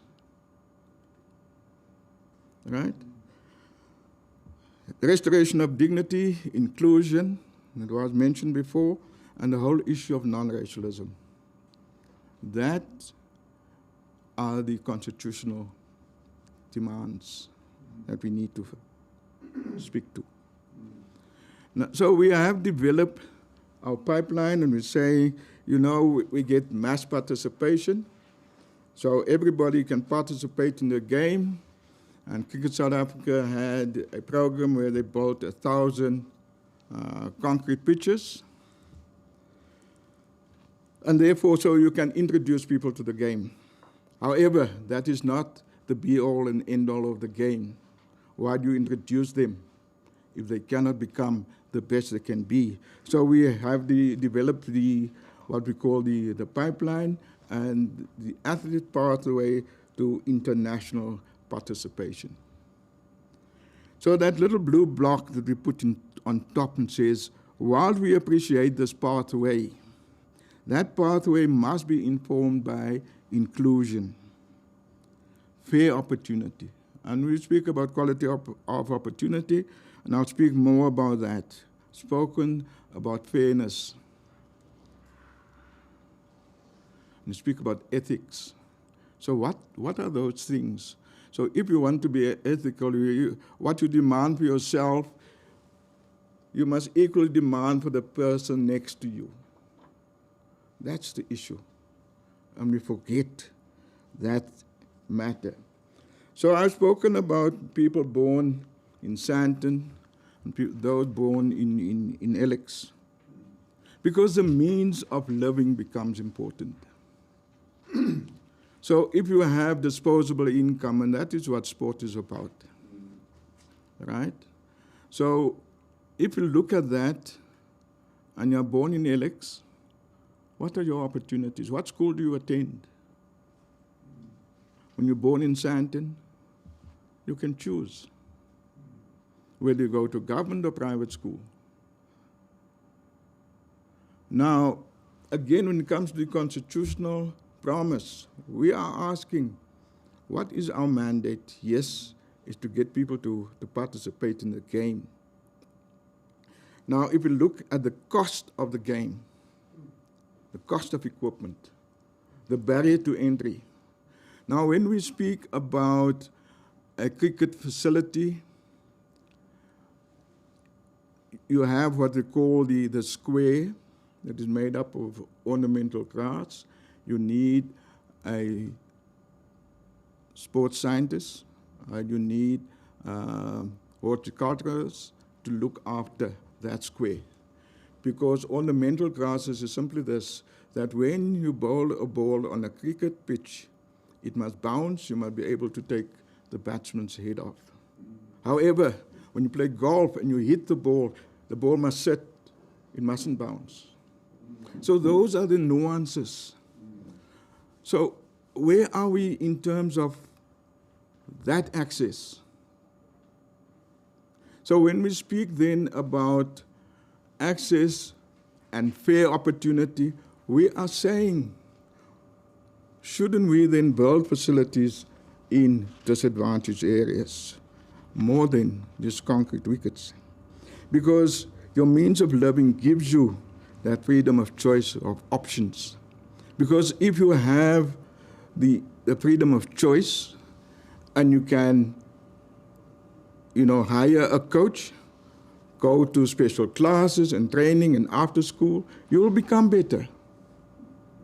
What are those opportunities for disadvantaged, poor, and we'll get to that. Now, when you start playing the game, surely the first thing is in your mind is not to get the order of Ikamanga. But that is a consequential outcome. That is what sports people achieve. You get, you know, the honorary membership to the Home of Cricket Lords. That is what happens to some players. And the government recognizes when people do well in sport, right? We've seen Nelson Mandela and Francois Pienaar. We have seen our president in Japan.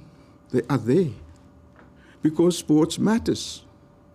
Now people say sports and politics shouldn't mix. I just mentioned you a lot of acts that says, you know, why sports and politics won't mix.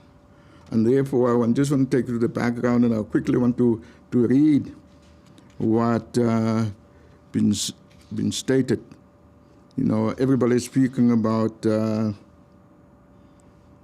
Basil de Oliveira affair, but in the book, Super Afrikaner, Ivo Wilkins and Hans Strader make it very clear. It is a policy of government that sport is for white people, right? And therefore, they say that sport will not be the domain for disadvantaged people, right? So then let me then move quickly, not quickly, because this is quite a important aspect. If we look at that graph, and that is the economics within the South African household, is from the 2005 to 2011 census. And I don't want to speak about the poverty. I want to speak about the orientation of parents who want to give the best to their children. So if you look at the spend of white people in terms of education, 39.9%. Indian people, 41%. Black Africans, 36.9%. Colored people, 33%.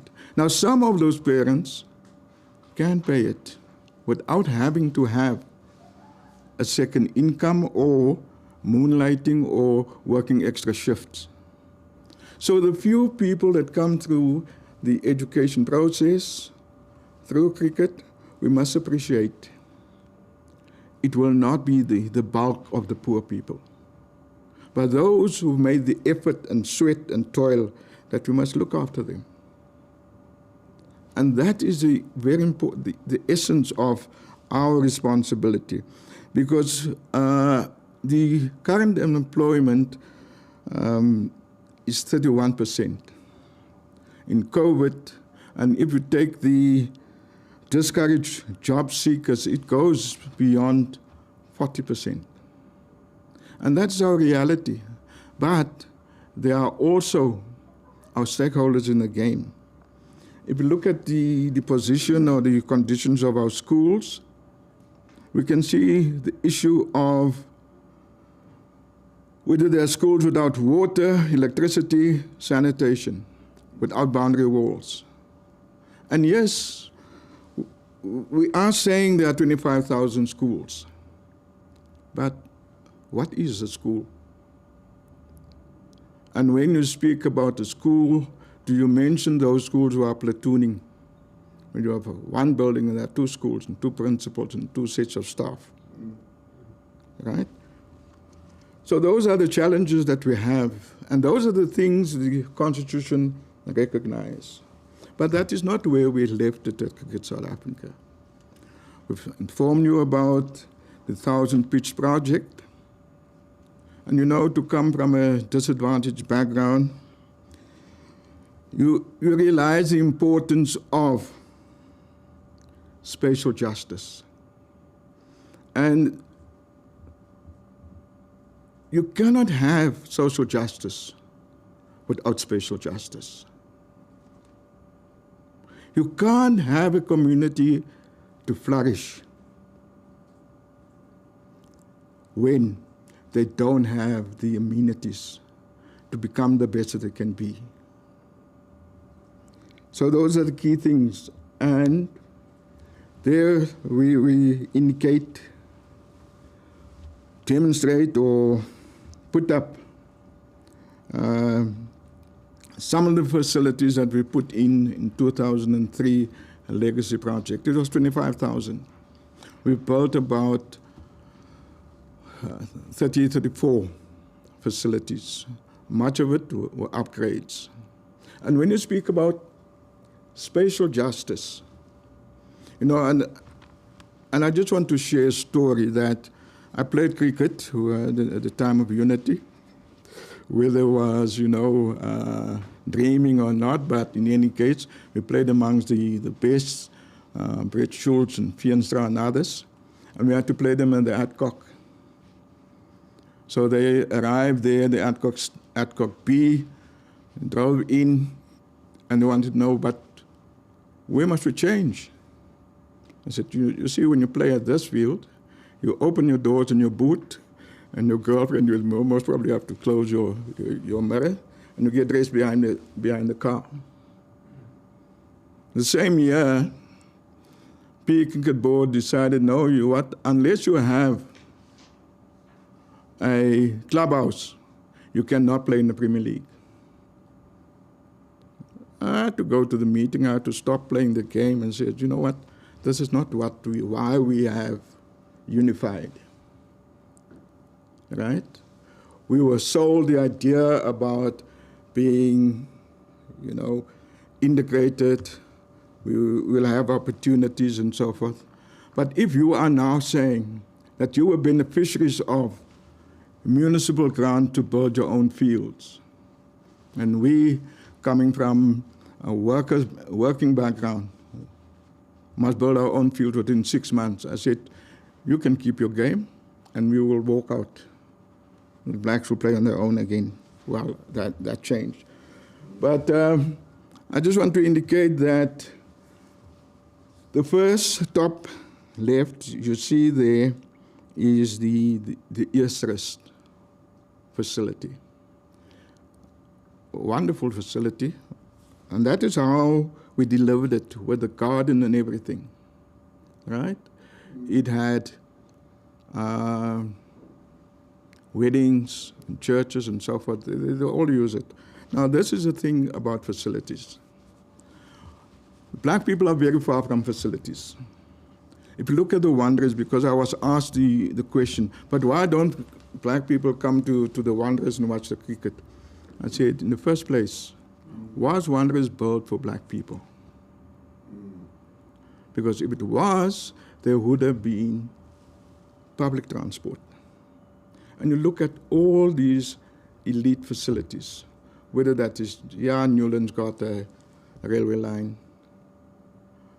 You look at the townships are still far. That's the thing. It's very, it's not something you and that's the thing. Get to. The further you live from your dream, your dream decays. Because you can't see the top sportsman. Right? And therefore we said the issue of spatial justice needs to be addressed. But now, however, there we have the one top middle is the Dobsonville facility. It's been called the Bram Fisherville facility. Right? Because we needed to recognize the past and bring dignity and say, you know, we must recognize people. The one you see, the Dr. Krish Makadush facility. For those who may not know, he studied there. That's the indoor facility. And there is a facility that we built, the Molefe House. Because when we started the academy, Rural Academy at Alice, people heard that, okay, we've agreed, and I must say, there was some great cooperation. Professor Derek Swartz was then the VC. Well, coincidentally, we taught together before he, went into exile. He came back, he became the VC, and we spoke, and he agreed that we can establish this academy. Now, here is the thing. When we speak about tertiary education, you must have an M score of 12. That was our first problem about establishing sufficient scholarships to sustain a team at 4A. So therefore, then we also needed to discuss with the University of 4A to accommodate the college to where we have some players who've done courses in computer studies and so forth, so that we could have a group of 15. So that happened. And then the residents said, oh, okay, so Cricket South Africa will be paying so we can up our boarding cost. And that has caused us to say, you know what, long story short, we will go to 4A and we will find a structure, and that residence house Molefe now for the last good 15 years now been hosting 15 students, fully registered, books are being paid, food is being given, there's a washing machine there, pocket money is being given over and above the cricket requirements of going to team building and so forth and playing in academy leagues and so forth. So we've tried to do our best in terms of that.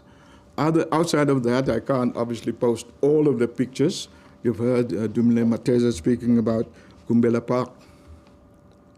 And here was a gentleman, Advocate Gumbela, who put his own money in. Many years, he's still doing it. He's aged now, and we must appreciate him. And that is what he has done. So we could build him a clubhouse through the Sports Trust. He's extended it. And he wanted his St. George's Park in the Bundus. Right? But I had to tell him one day, you know what? St. George's Park doesn't get locked in winter because every year we must do top dressing and restart the grass and so forth. But be that as it may, it's one of the facilities. The key thing that we want to bring home is that when you build a facility, it must be owned, it must have ownership.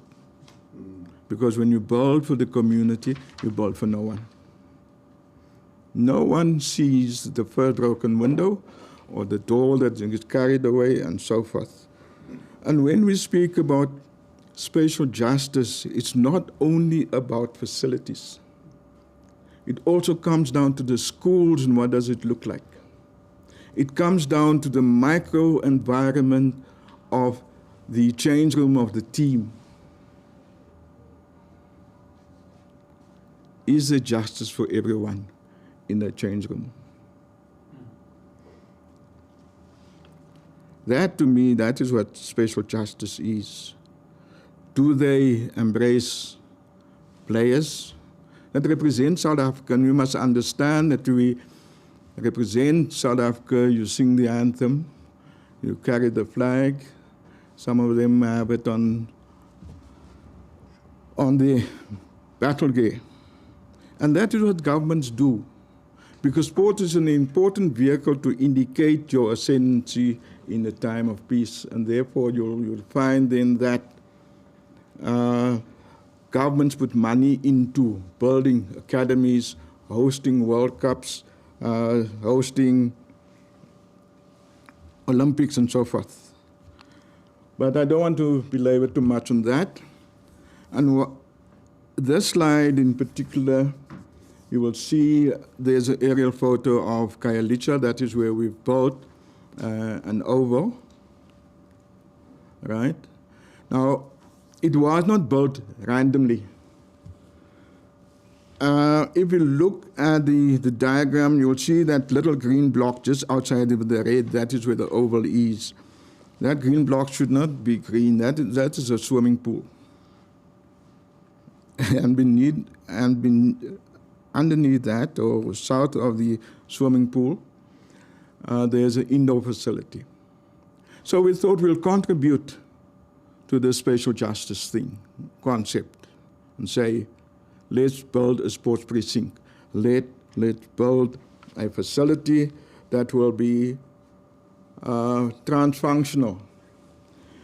Now, what we needed to do then is to understand how effective are we in using this facility, and that is what the diagram next door indicates. It indicates the number of primary and high schools, and we spoke about your dream being decayed if you're far from a facility. So we plotted all schools within 15 minutes walk, 30 minutes walk, and an hour walk. And we've noticed, yes, that some of the schools that is within the 15 minutes walk, we did not even approach. So we will do that to up our numbers and so forth, so that we do develop the transfunctional facilities, so that we can have the issue of facilities and stands, out, becomes a landmark for the community. However, what happened in Khayelitsha, we were busy putting in the ceilings on the second or the first floor and tiling. We got a call. Cape Town City Council has now decided to demolish this facility because we want to put up a hospital. Well, we needed to do some, maneuvers. However, you will see if you look at closely, you can make that picture bigger. You'll see there is a hospital now, and the facility exists. So when we speak about what we deliver for our communities, we are saying that we want to be in partnership with local authorities. We understand how previous communities benefited from social grants. Now, if we look at the next slide, it speaks about there's 25,000 schools and the state they're in. But we needed to develop a pathway for young players to come through, to be recognized and become hopeful for future Proteas. So you will see from the 25,000, there's about, Norman mentioned it, about 6,500 schools that participate in cricket. And there's a small C where the bulk of our national players come from the ex-Model C schools. So how do we... So the C stands for Model C? Ex-Model C schools, yeah. Now, if you look then above that line, we say that's the school's domain, right? And we're looking at the National Departments of Education, and we are saying that it's essentially Model C schools that deliver players that can play. Now, I differ with some people that says black people or black Africans are not batsmen. For my sons, I played for 10 years in the townships, starting in '76, when we had the height of the unrest, with lots of looting happening in the township in any case. But we played, and we played at the Wilson Stadium. We played under lights. We were pretty organized, but I must tell you that our white ball under lights was not the white ball as we know. It was sprayed. It was red ball. It was sprayed every 10 overs. You had to be re-sprayed so you can play with the white ball. But we played. And you'll see there in the story of an African game, there is United with Andre made it a black and white picture, but it was full color. So be it. So what we are saying that we had to slot in the hubs so that it can capture the schools that don't have facilities to play the hubs, identify talent, and to put them into our talent identification program so that they could get into the underage group representation, and hopefully they'll filter up to national, provincial and national teams. So in terms of a pathway then for men, we have the boys' schools, representation for both girls and boys under 19. We have the men's team, that is the Cubs Week. We have the under 23 Colts. We have a Rural 11. And that Rural 11 has been transformed from when I inherited, or came into South Africa. It was called a week for potbelly farmers. But our current test captain comes from a rural week. You know, Dean Helga from Welkom. So we have the SA Under 19 emerging team, and for women, we've got a national academy now to build towards the building blocks. We have an emerging woman 11. But the key thing is, on the far right, you'll see the skill sets that need to develop. Basic skills, and then acquisition of advanced skills, and winning at performance and high levels. So if we then look at, as I said, it was this idea to give people dignity. We've given them names of people that featured in their environment. We've indicated that Gumbela wanted his facility in the deep rural areas. We've taken a parliament cricket team there once, and they were surprised. So distance becomes a key thing for us in terms of these facilities. What we then have there is that although people can be selected, and I think Norman has taken you through about a number of decisions of how black people must now be represented, but what does it mean to walk over the boundary rope, be in a team and you don't participate? Right? It was a consideration that we needed to deal with, and this little slide demonstrated quite, you know, I've looked at it again and said, what does it tell us? If you look at the selection frequencies for black Africans, first class, we say 1 out of 5 players selected made the benchmark, performance benchmark, right? In terms of first class cricket. And then we have that for blacks, 2 out of 14. You can see I don't know whether that's a guessing game or what, but consistency in selection, you can see then amongst the white players where you have more of the green dots. That ratio between selected players, the 8 and 4 reached benchmark, is a far cry from 14 selected for first class for black and 2 making benchmark. And we needed to develop this to make sure that when you select a player, that you're going to prepare him for the skill that he has. Now, if we look then at the number of players selected, you can see, again, the number of players who made benchmark. There's a huge discrepancy. And that ratio is smaller amongst white players than what it is for black players and black African players. The next slide then, I made the comment earlier on to say that transformation and excellence, transformation and performance is not mutually exclusive. But see what happens here. We've spoken now about what selection shows us at professional level. We had what we call the Mzansi Super League, right?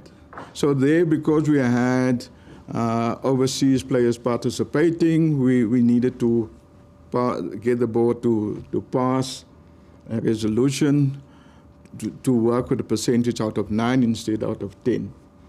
However, what does the diagram tell us?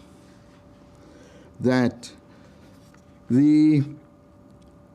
from 1918, 39% were white. 2019, 44% is white. So where does this recession happen? And you can then see again, you'll see among the blacks, the colored population in particular moved from 15% to 9%. So there is some amazing idea that also exists, that there must be 6 whites, and you can fight amongst yourselves with the other 5, whether it's Indian and colored and black. And therefore you'll find that is exactly what the diagram tells you. That's the issue. Now, was it? It's unwritten. On what basis that there must be 6 whites? No, when you listen to what they're saying, we must go and play callback, but there's only place for 6 of us. We are saying the best 11 will play. There is no way that you can drop an Anrich Nokia today. It deserves to be there. Colors need to be there. Amla needed to be there. Ntini needed to be there. Right? No one gets left out because we must juggle numbers. That is so false and, disingenuous. But so what I want to tell you is next to the champions there, if you look at the ratio for the Paul Rocks team, it's the only place where the whites decreased from 2018 to 2019, and guess what? They won the competition. So it was a myth to simply relate the performance of the team to the number of white players that are in the team. But how can you perform when you're not selected in the first place? How can you perform when you play 10 matches and 14 players are selected and 2 make benchmark or achieve against the standard for batting or bowling? What confidence is that for a player to say, you know what, I understand my role, I want to commit to this team? And this is a few areas that I want to deliver on the quality of opportunity. When responsibility is given, like it happened in the Paul Rocks, that the player can assume that responsibility, that he understands what his role is and therefore he can perform in that setup. He can step up to the conditions of critical moment toughness, because cricket is a game, it's very different from rugby. You're not part of a pack of 8. You're alone. Whether you're going to bat, you're going to bowl, or you have to catch a high ball, and you become so self-aware. But if that confidence, if that belonging is not there, it's a problem, because self-doubt then sets in. So confidence and leadership that enhance performance, that's critical. Cricket, many will tell you, is all about confidence. So if you look at how we've beaten the West Indies few days ago. And you fall back and say, who won, the batsmen or the bowlers? Right? I don't want to enter this debate. But the issue is, you know, you got 15 in rugby, you've got another 8 on the bench, so 23 players. They can play for 5 minutes, up and so forth. In cricket, it can't happen. Whether you injure your finger, you tape it up, you get back onto the field, or else you're going to play short. When you're going to play test cricket, that is what it is. Now, if we then look at what happens then, so when you have confidence to take the next step to play at a higher level. So therefore then, and this is the thing that coaches need, players must reward him, and the player must feel that the coach reward him with confidence and trust. An individual player will grow, and because all relationships are transactional. Nobody wants to be your friend if he's not going to benefit from you. Right? Now, if we look at the migration of players, depending on where the captain is, something else. You know, and I don't know, when Smith was a captain, the national team was delivered from the Western Cape. Then the captaincy shifted to Tshwane, and the national team players moved to Tshwane, or they come from Tshwane. Maybe nothing wrong with that. Maybe that is human nature. And maybe people coalesce around people of influence, and that is important. But we need to understand that there is a difference between where we want to be and what our mandate is.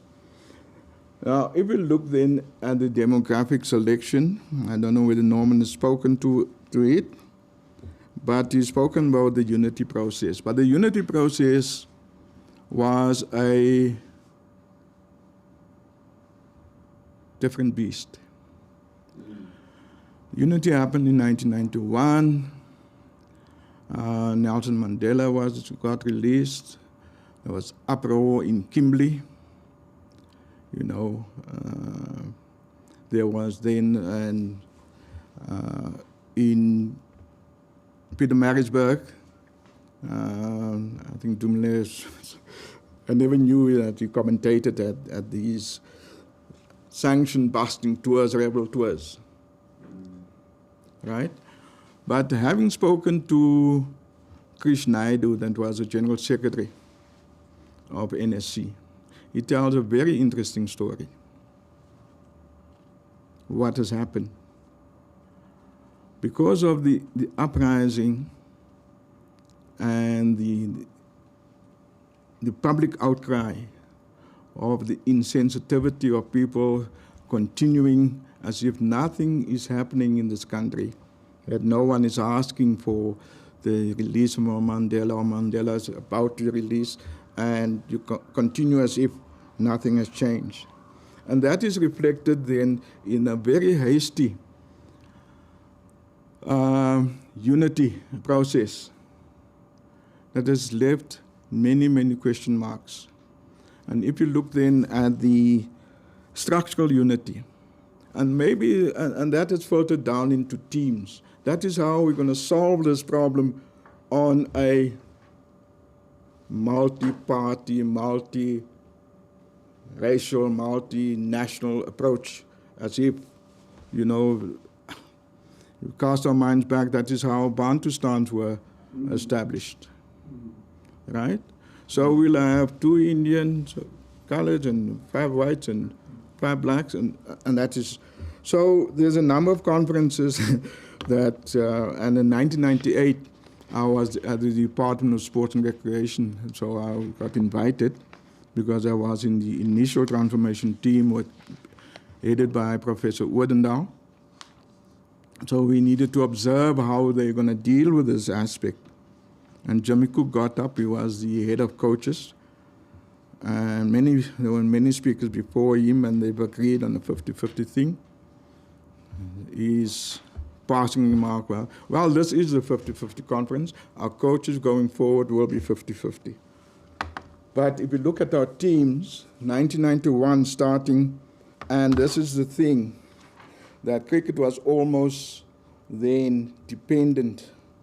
You see, we said we were a microcosm of society.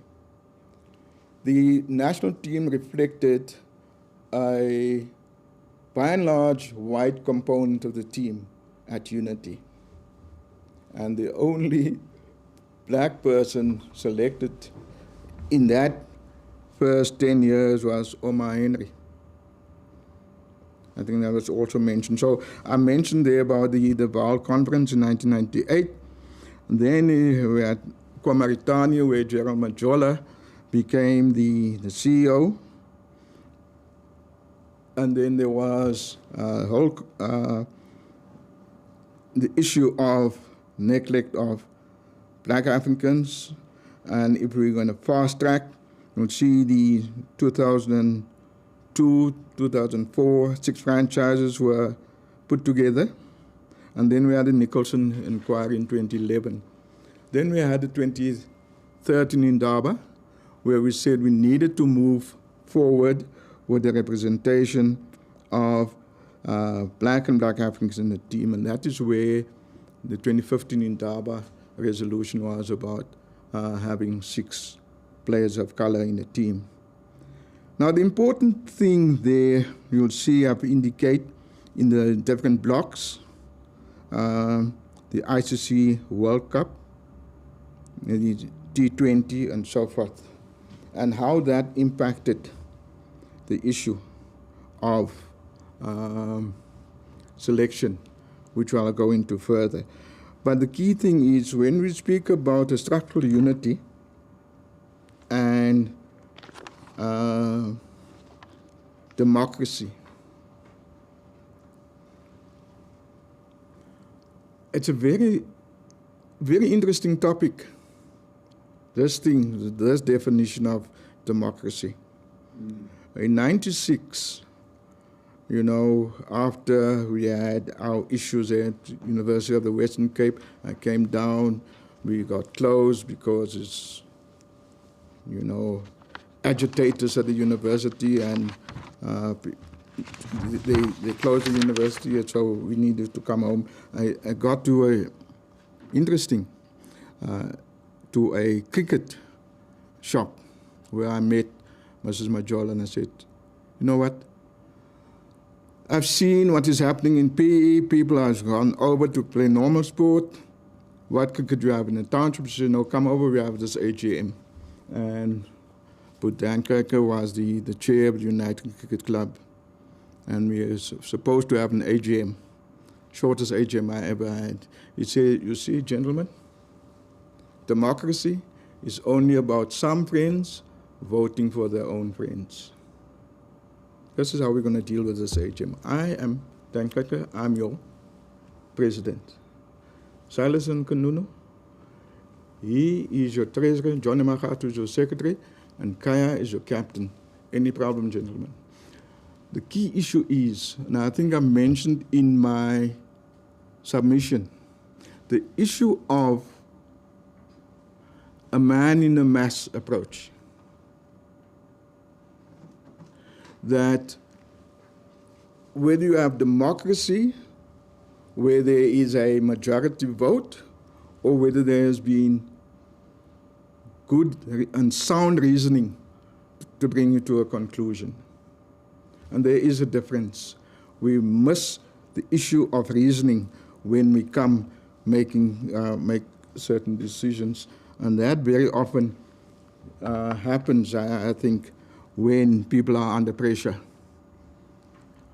to select a national team. So the next slide quickly deals with the selection. Now, one with ICC events and then one with the bilaterals. And you can see that with the ODIs, how the white selections over the years, the number of times teams were selected, what's the cumulative numbers for whites and so forth, as opposed to when you play bilaterals. So there is an incentive to participate in ICC events that can be deduced. If you look at the senior selection, then if we bring it closer home, there is a broad band from 91 to 2020. And if you bring it closer home, what happened in 2019 to 2020? So you do have this national contracting squad, which gives you beautiful 50-50. So that's it. So therefore, there's no problem. However, you do have test matches, ODIs, T20s, and therefore different formats. Right? You've got batsmen, you've got bowlers. And that's very interesting. So therefore, that squad was always sort of supplemented from people from outside of the squad. And if you look at the beneficiaries of those selections from outside of the squad, you can see again, if you look at the test upgrades or the squad upgrades, you can see then Hamza, that's black, Nokia, and Dwayne Pretorius. Okay, that is when the score was then 12 to qualify. Then they moved the score up to 18.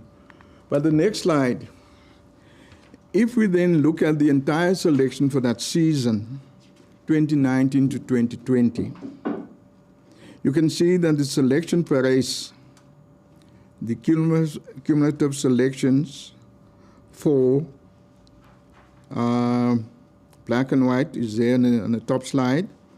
The selection frequency per race for contracted players, the whites are advantaged. If we look at the selection frequency per race, non-contracted squad, the whites are advantaged. So I'm not saying they're not good enough, but maybe we are not looking deep enough, because as the transformation is about sustainability, it is about forward planning, about understanding a squad. If you look late in the year, who are the beneficiaries, you can see then again the beneficiaries from upgrades, this time at 18. It was also 2 white players that were put in, that got a contract. Now I mentioned that I played in the township. Now this selection pattern, as I mentioned, there are batsmen and bowlers. And it depends then on the prerogative of the coach and the captain as to how this team will look. Rugby is very clear. You must have 8 people that can play in a forward, and you've got 2 locks, finish and clear. In cricket, you decide whether you want 3 bowlers or 4 bowlers. You want a spin bowler, you want a opening bat, you're going to make a further opening bat, batting at 3 or coming in at 6. So the ideal format then, or by and large, it is 6 batsmen against 5 bowlers. When we won that match, we had 7 batsmen, an all-rounder and a bowler. Of course, colours could do both, and therefore, but in any case, 7 batsmen. Now the issue then there is, what are we doing in terms of classifying or stereotyping black and black African players as bowlers? Because there is no way that you can drop a Rabada on his performance in Kidi. Sipamla, Williams. So where to now? So therefore then you'll find that this scenario led to a situation where you cannot force in 6 bowlers if the game format dictates that you must have 4. So although you have 11 in a team, you've got 4 spots. And Makaya played for 10 years. So once you're in, Rabada is now probably close to 10 years. And that is what it is. And that is the issue with cricket. We don't have a bench where we can rest people, play them half a match and so forth. So, and therefore you'll see then in terms of our selection frequencies, we don't have, unless we open 11 places. And I want to mention a few names that I think: Billy Jaggis, Archie Marley, Nkululeko Tundube, Paki Crimea, Gerald and Kaya Majola, Edward Abane. Those guys were batsmen. But all of a sudden here today, no, blacks should be bowlers. So, what informs that? What do you think? And bowlers we had that Cornell, Williamson. blacks must be bowlers. What do you think? I don't know. It's stereotyping. If you read what Afriforum seem to be suggesting, is that people who are from poor upbringing, What page is it? that's page 153.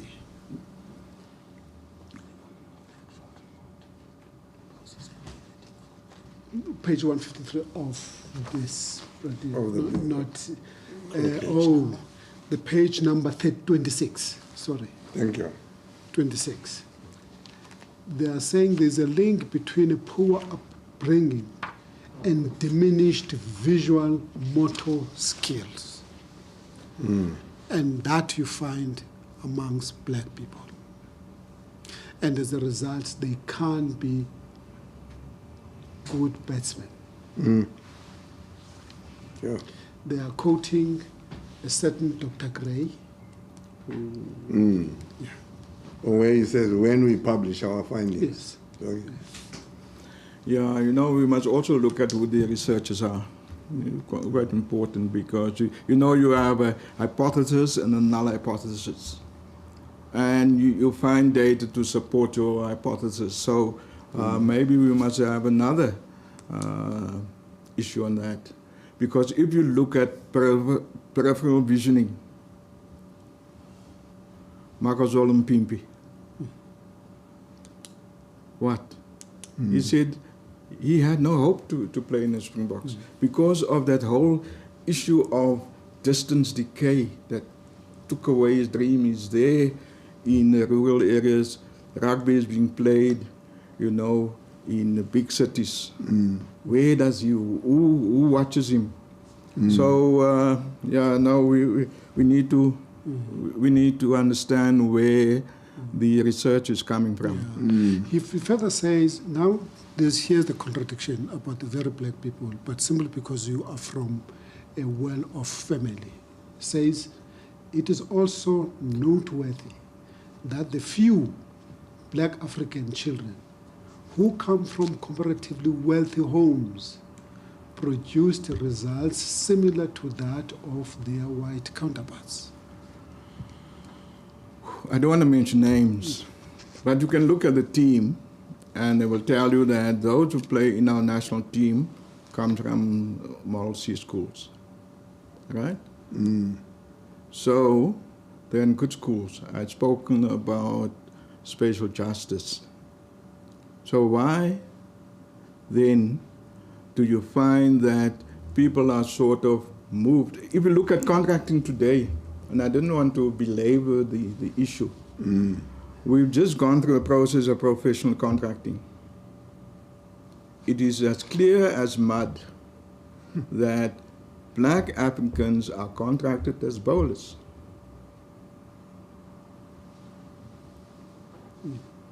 So when you speak about poor eye-hand coordination and you have to run and catch the ball,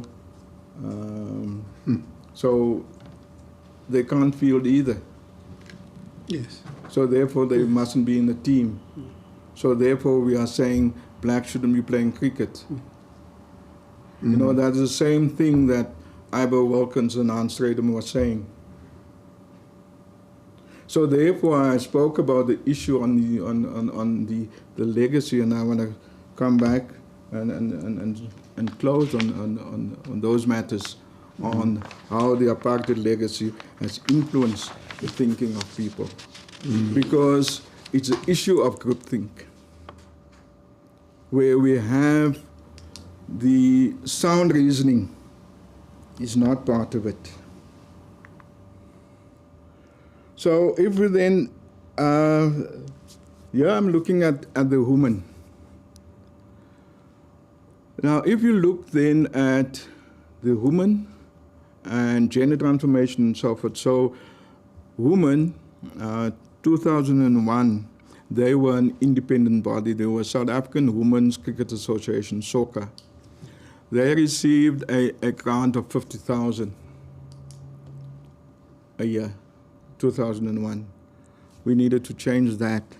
So what happened then is in 2005 was a particular watershed year, because again, as I said, we are in a broader society where ICC was driving the whole advancement of women in cricket. And then we had hosted the Women's World Cup of what, also at ICC level, women's cricket and ICC was separate. You had the International Women's Cricket Council, also operating on their own. And maybe Professor Odendaal has told you that the first overhand bowling that we have now comes from women because of the whoops of the skirts. And then the other thing, the first Cricket World Cup was held by women, and then men followed. So be that as it may, they came here, the ICC and the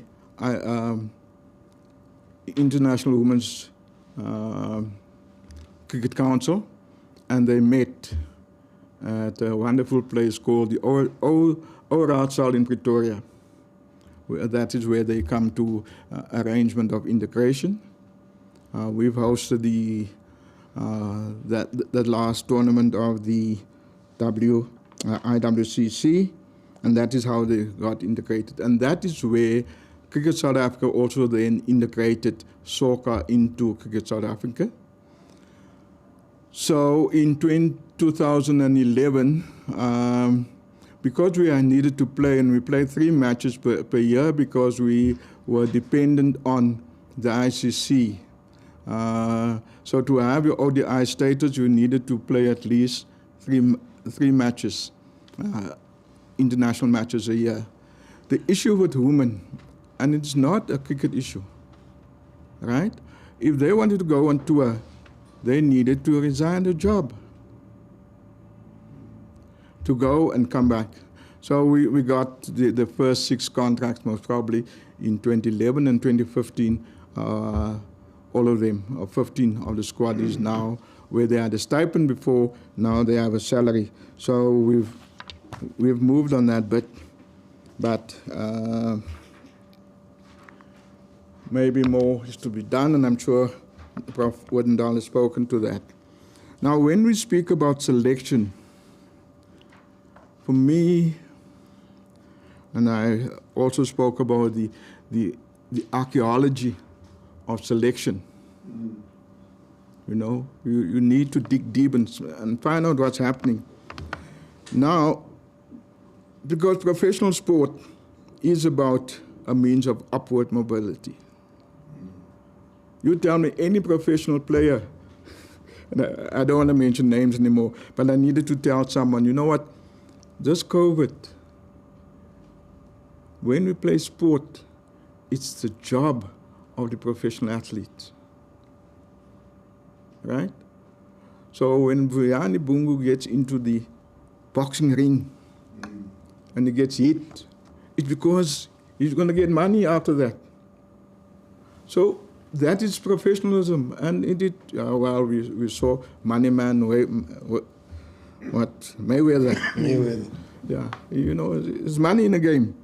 And that is where this whole issue comes in about selection, about groupthink, about closed groups.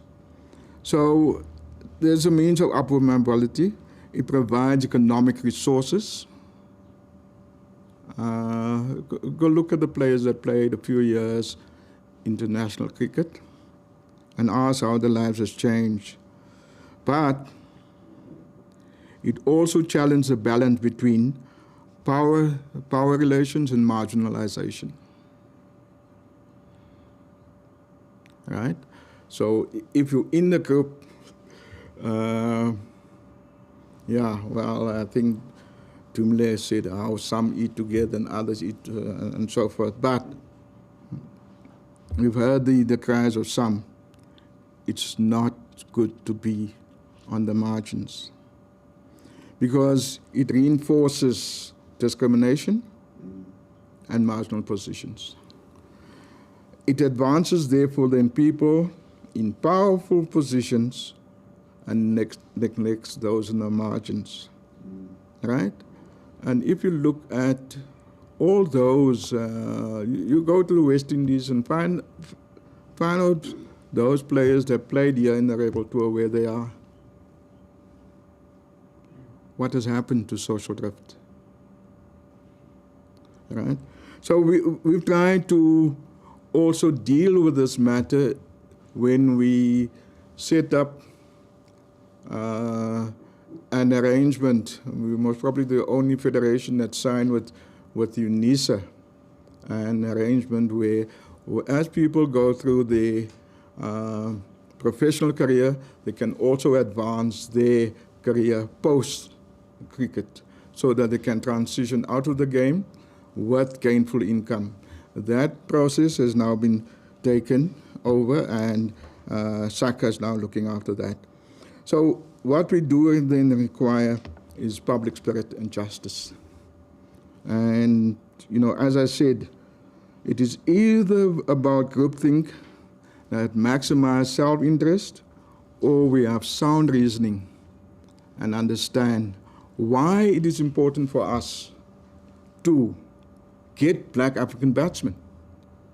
Whereas I've just indicated now, the door is closed, and then we've seen Sipamla. He can become a good player, but he can't now lift Rabada. That's just the issue. So we need to. And then if our professional system is locking in black batsmen, black Africans as bowlers, we're not going to speak to batsmen. And if the captain and coach decide that you want 7 batsmen in the team, plus Nokia must be in the team, with 3 left, there's a problem. So those are the key things that I think we need to understand in an 11-man team against a 14-man team.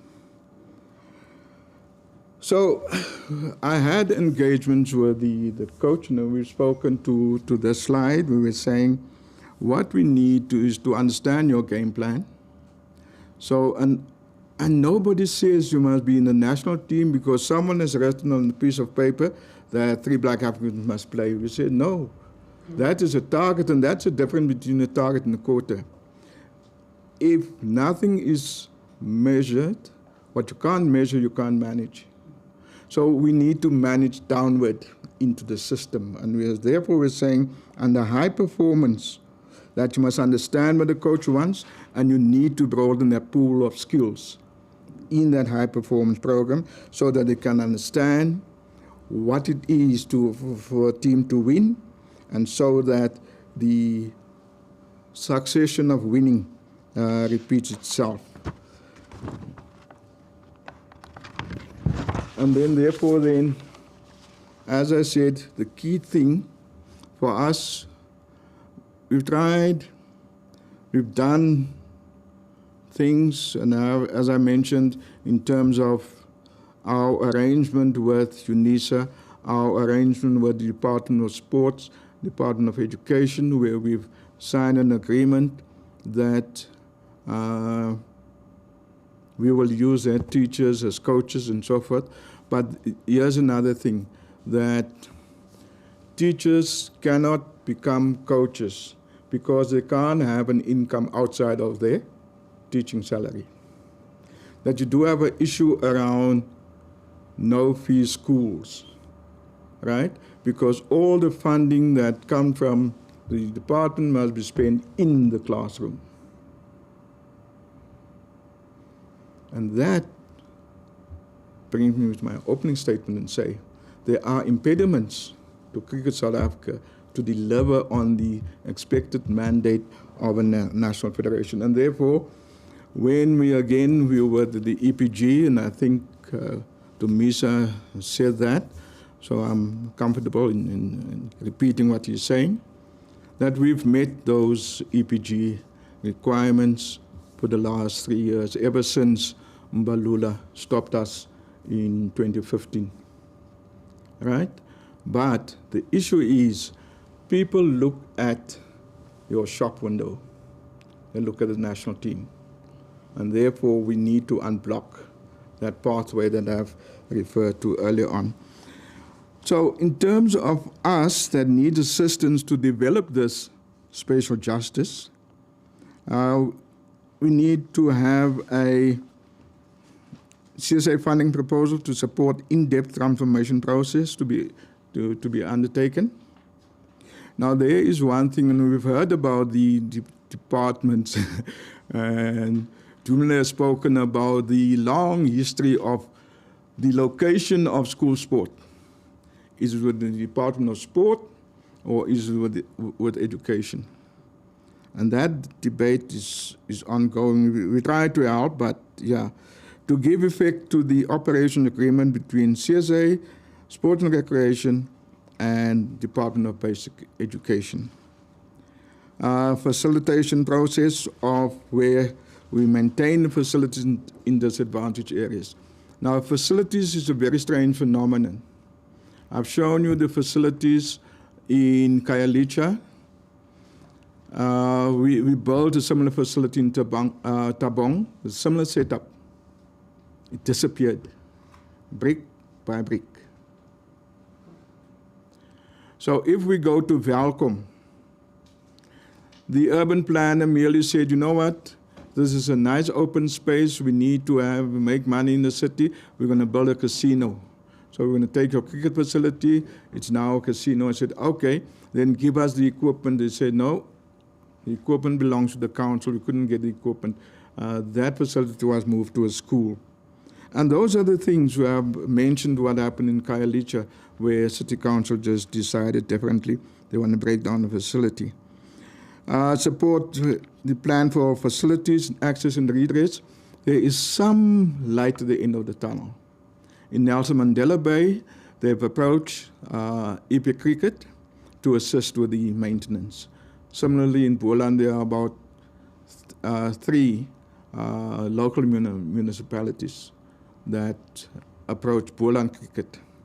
And I do think we put together the whole concept of roaming councilman. We were saying, this is the equipment that you need, and it's job creation. We've spoken to Salga about it. Nothing has come of it. Facilitation of establishing a sports-focused or cricket-focused school in the township, so that we can bring the dreams closer to where the people are. Assistance in club development program. There is such a program in the Department of Sport. We need to embrace it and get it into our club system. Then the engagement of Department of Sport in terms of the COVID impact on cricket. Now cricket, if you look at this and all our members and the number of coaches, umpires and scorers and so forth, it's a huge group of people that is being employed. So if we cannot participate internationally, 83% of our income is from broadcast rights. That is the issue. And then we've also gone further where we've embraced, taken on board deaf cricket, blind cricket, skillful intellectually impaired cricket, and we've taken on board indoor cricket. So they are associate members of ours, but we have some oversight around the selection of teams and issues of transformation. So that is that. Can I then come back to my emerging issues as promised? Now, just to indicate that I shared the list of players that has ever been selected from 91 until 2020. I think that would be for the record. The emerging players, so we've spoken about the Rainbow Nation, Goodwill, Hope, Euphoria. But as I said, without the structured approach or the structural transformation, and we can't bring it down to your team must consist of given numbers. We must assist people to get into the team.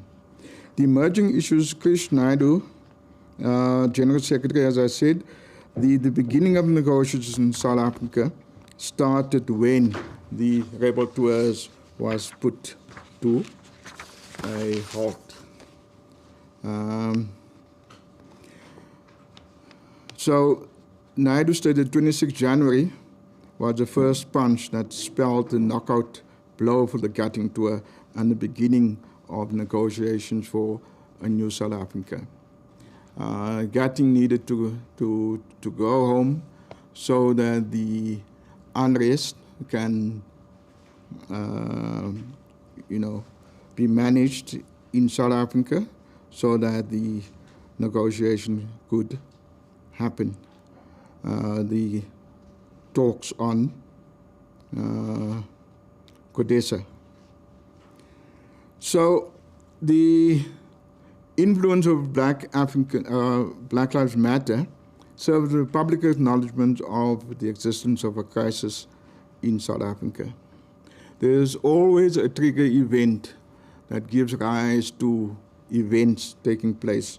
And I see this SJN as one of those key moments that's going to be a milestone in South African cricket to take us forward to a better, inclusive society where everybody belongs. Now, when it comes to favoritism and marginalization, I'm saying there that the structural unity approach did not deal with the fault lines of inequalities, racial prejudice, inequality to facilities, and fair opportunity to all. In an environment where one's culture and positionality determine your worldview, groupthink often happens. In such a world, ideas of dissenting voices get guillotined, and the dominant group view holds. And that is why we had the session of DIBS, Diversity, Inclusion and Belonging. That report must still come out. That report was delayed, but it is up for this committee to get some insight into the findings of the DIBS program. I think it will be useful. It is often found that players affiliated within a group therefore need to become conformist. Alternatively, a man in the mass stripped from his own convictions so that he can look after his own interests. Those who do not share similar culture and positionality becomes marginalized. Now, when I speak about, I'm not going to go through the the other issues because I have dealt with it in my slide. In the chapter on sport, Suid-Afrikaners Ibe Wilkins and Hans Stradom assert that the apartheid regime that maintained rigid sports apartheid had been applied since the nationalists came into power. As in all other spheres of life, segregation applied in the sports field and seating and clubs. So therefore, we were not supposed to be heading up cricket in this country. Leon Wessels, in our last Indaba, very clearly said that refers to the legalized oppression that is visited on black people under the rule of apartheid. He further advised that the beneficiaries of privilege, that time has arrived where discrimination based on skin color is wrong and indefensible. So those are the things that we need to look at. So with that, unless there are further questions, my way forward, I put in the slides. I do think we need assistance around the hubs so that we can bring dignity where we tap our talent from, so that people have decent facilities for starters and good coaches to supplement that. I have few questions. When you mention Section 9 of the Constitution, in particular 9.2 of the Constitution, and you mention that, like Norman Arendse did, that we are all equal before the law, so there's equity. Are you saying the same thing with Afriforum when they say the following? The concept of, that is on page 160 of the bundle before you. The concept of non-racialism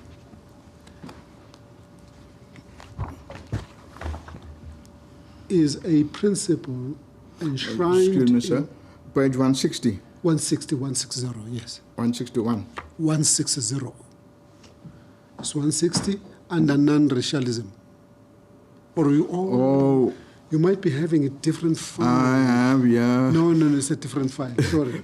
Let me just read. Yeah, Let me just read, because this one is the file which deals with the submissions made by the...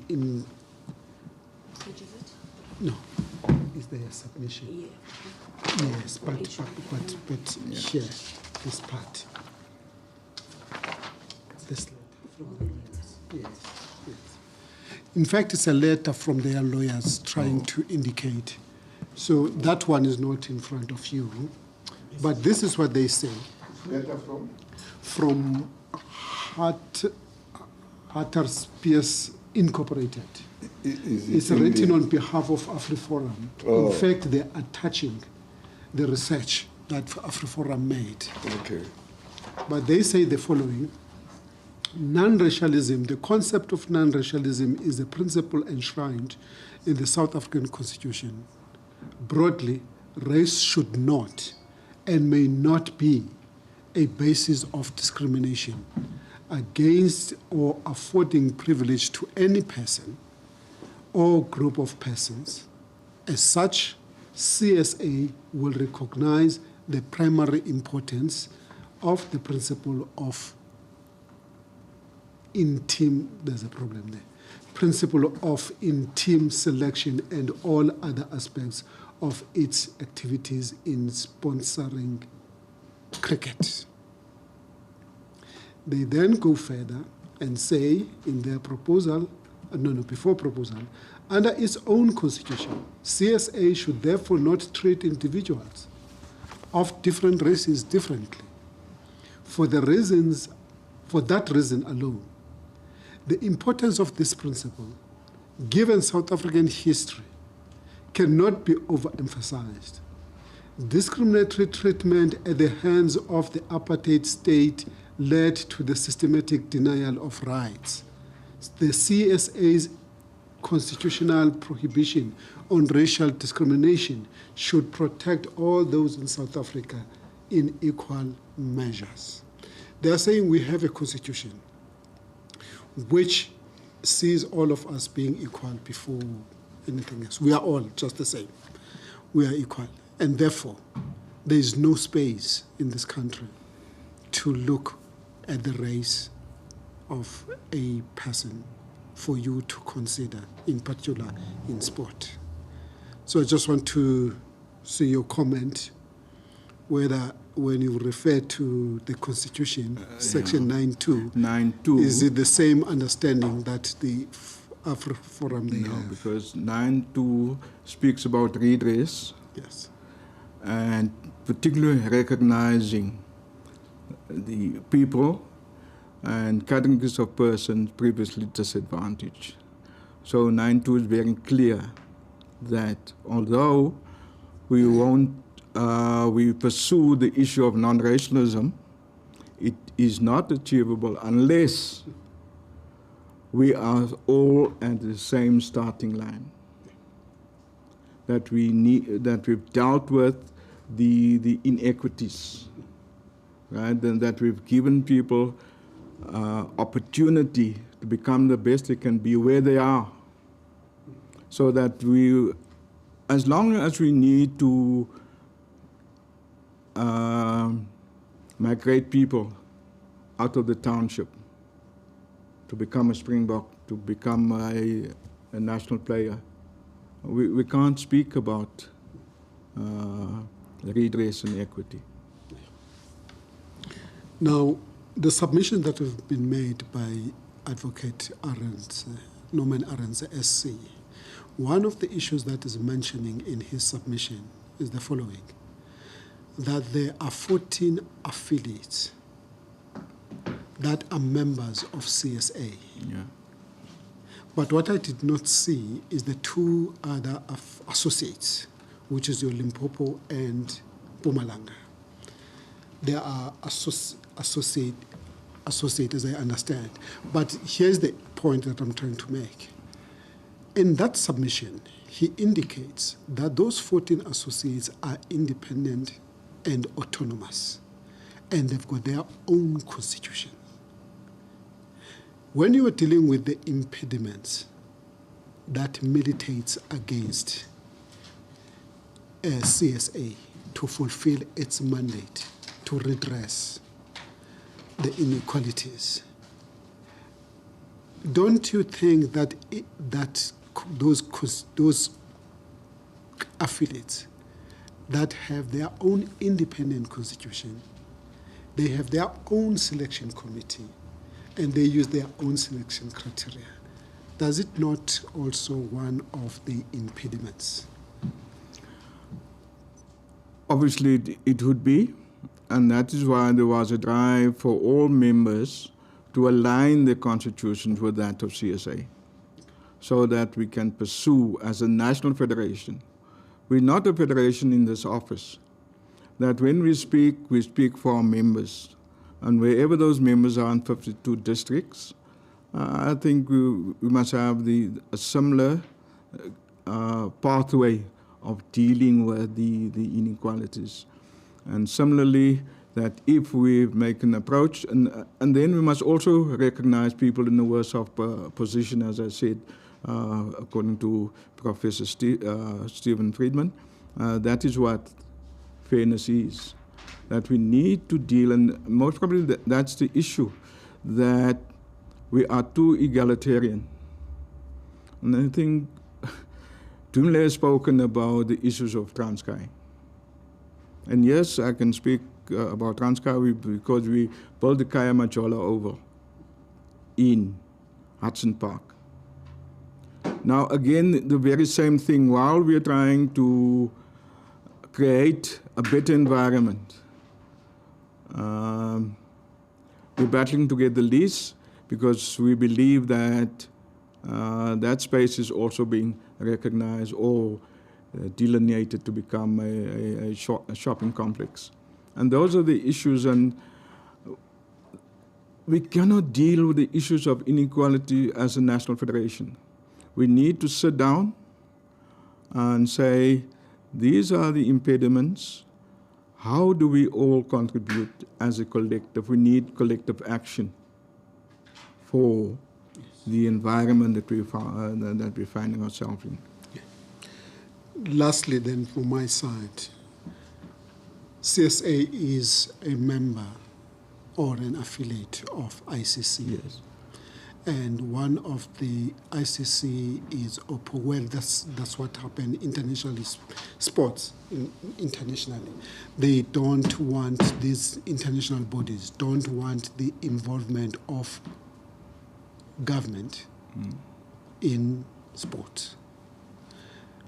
How is that possible in the South African situation, where the government is responsible for the development of policies and laws that seeks to address these issues? And those laws and those policies have to be seen throughout all these, including the sports. So how do you strike that balance? Because even recently, there's an issue by SASCOC about the appointment of independent board members who are more than the other board members, and because that issue is raised simply because it comes from government as a policy, and therefore it is an interference by government to sports, and that is against the constitution of the ICC. How do you navigate that issue? It's an issue of the concept of democracy. And so when you look at who becomes your leaders, who is your constituency, and therefore then if we look at the, yes, government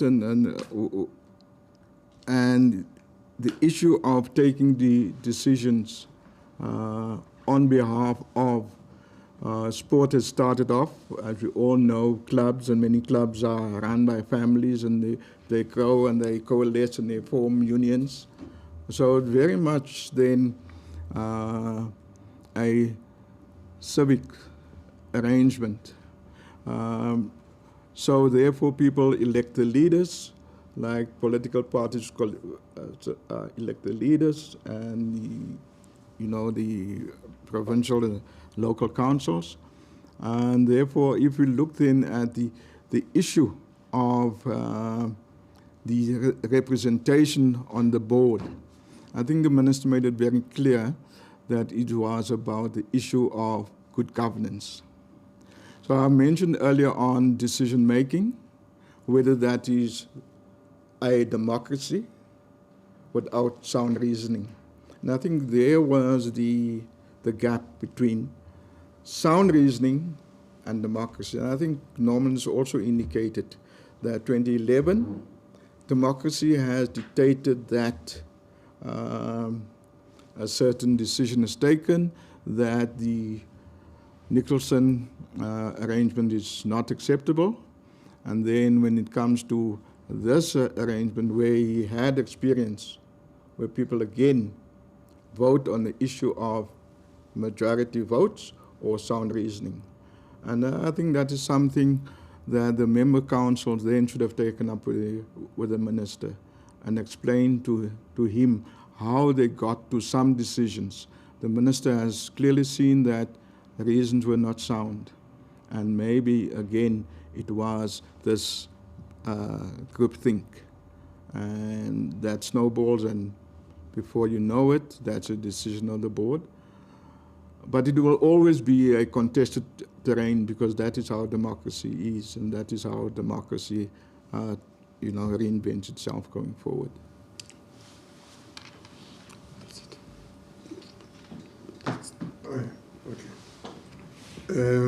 Advocate Mele, there's a question you wanted to put?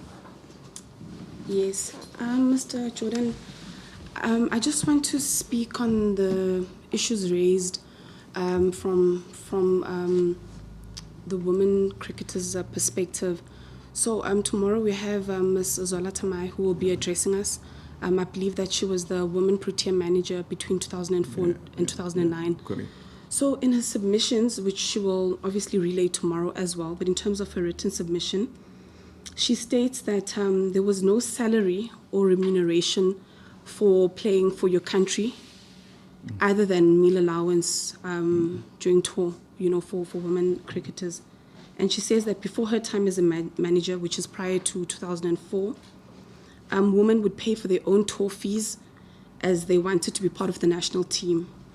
And lastly, one of the things she mentions is that there was no salary paid to the national women's team during her time as a manager between 2004 and 2009, including management. So obviously, I just want you to speak on that. And I also just want to understand that whether the women during this era were ever compensated again, like maybe through the transformation fund that Advocate Arendse mentions and so forth. No, that submission, I think I've spoken to it. They got 50,000 grant. Some of them had to, leave the jobs because they loved the game. They wanted to go on tour. But no, there were no, restitution for women's cricketers. Thank you very much. That was the only question from me. Okay, that's fine. Thank you. Yeah, I only have to thank you, Pramex, for having made yourself available.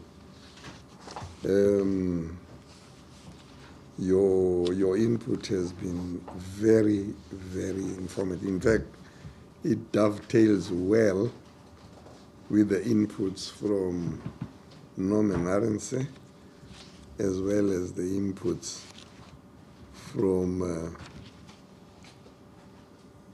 Professor Andre Wanda. And obviously, the journalist who has always been there, Dumile Mateza. There's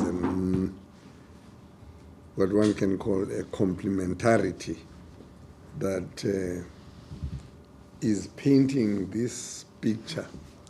Because when we identified your good selves as what we called the scene setters, we were expecting more or less, and I think it's more than the less, the kind of insights that you have drawn us to. In fact, I'm going to propose to the team that we must make some of the documents you made available to us as exhibits. But then that's a process thing, which will take care of just now. But thank you very much for one, coming, two, taking the trouble to do the slides, and taking the trouble to do the very detailed statement, which has got all the annexures, which will make our task reasonably easy, or at least manageable from the point of view of doing the report, because the information is all there. Thank you very much. Thank you. Now, if whilst you are on record, I would like to give exhibit numbers to you can step down from there, but it's not an exercise that is going to take forever. Yeah, just before we adjourn, I propose that Advocate Arendse's written statement, because he just said you will archive it. And then he went on to give his evidence by touching some of the issues for purposes of straightening our exhibit list.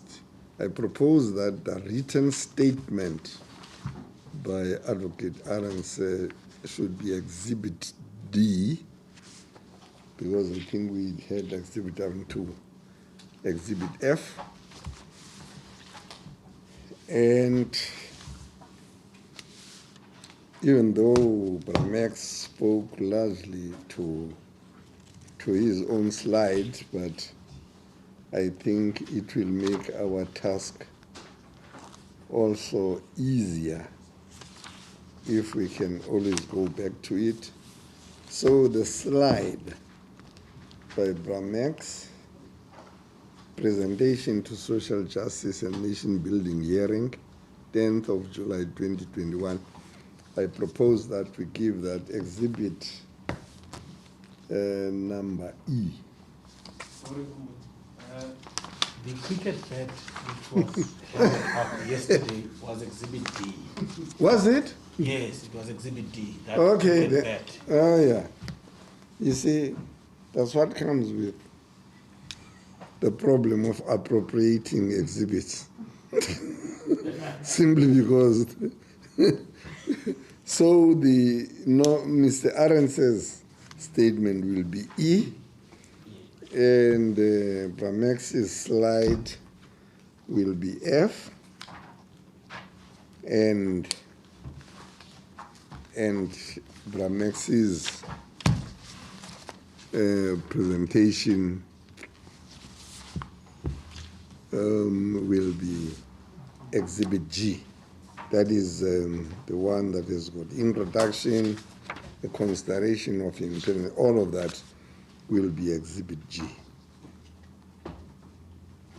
Maybe we'll talk about that after you, because the documents that comes from him Yes. are already part of the bundle. Oh, okay. Oh, all right. I think you wanted us to have color, because the submission, Okay. it's here, All right. and Okay. the exhibits. All right. No, okay. That's having been said, we will. That will be something we will do offline. I think for the immediate purposes, I can safely say we are adjourned. Thank you. And until tomorrow. We are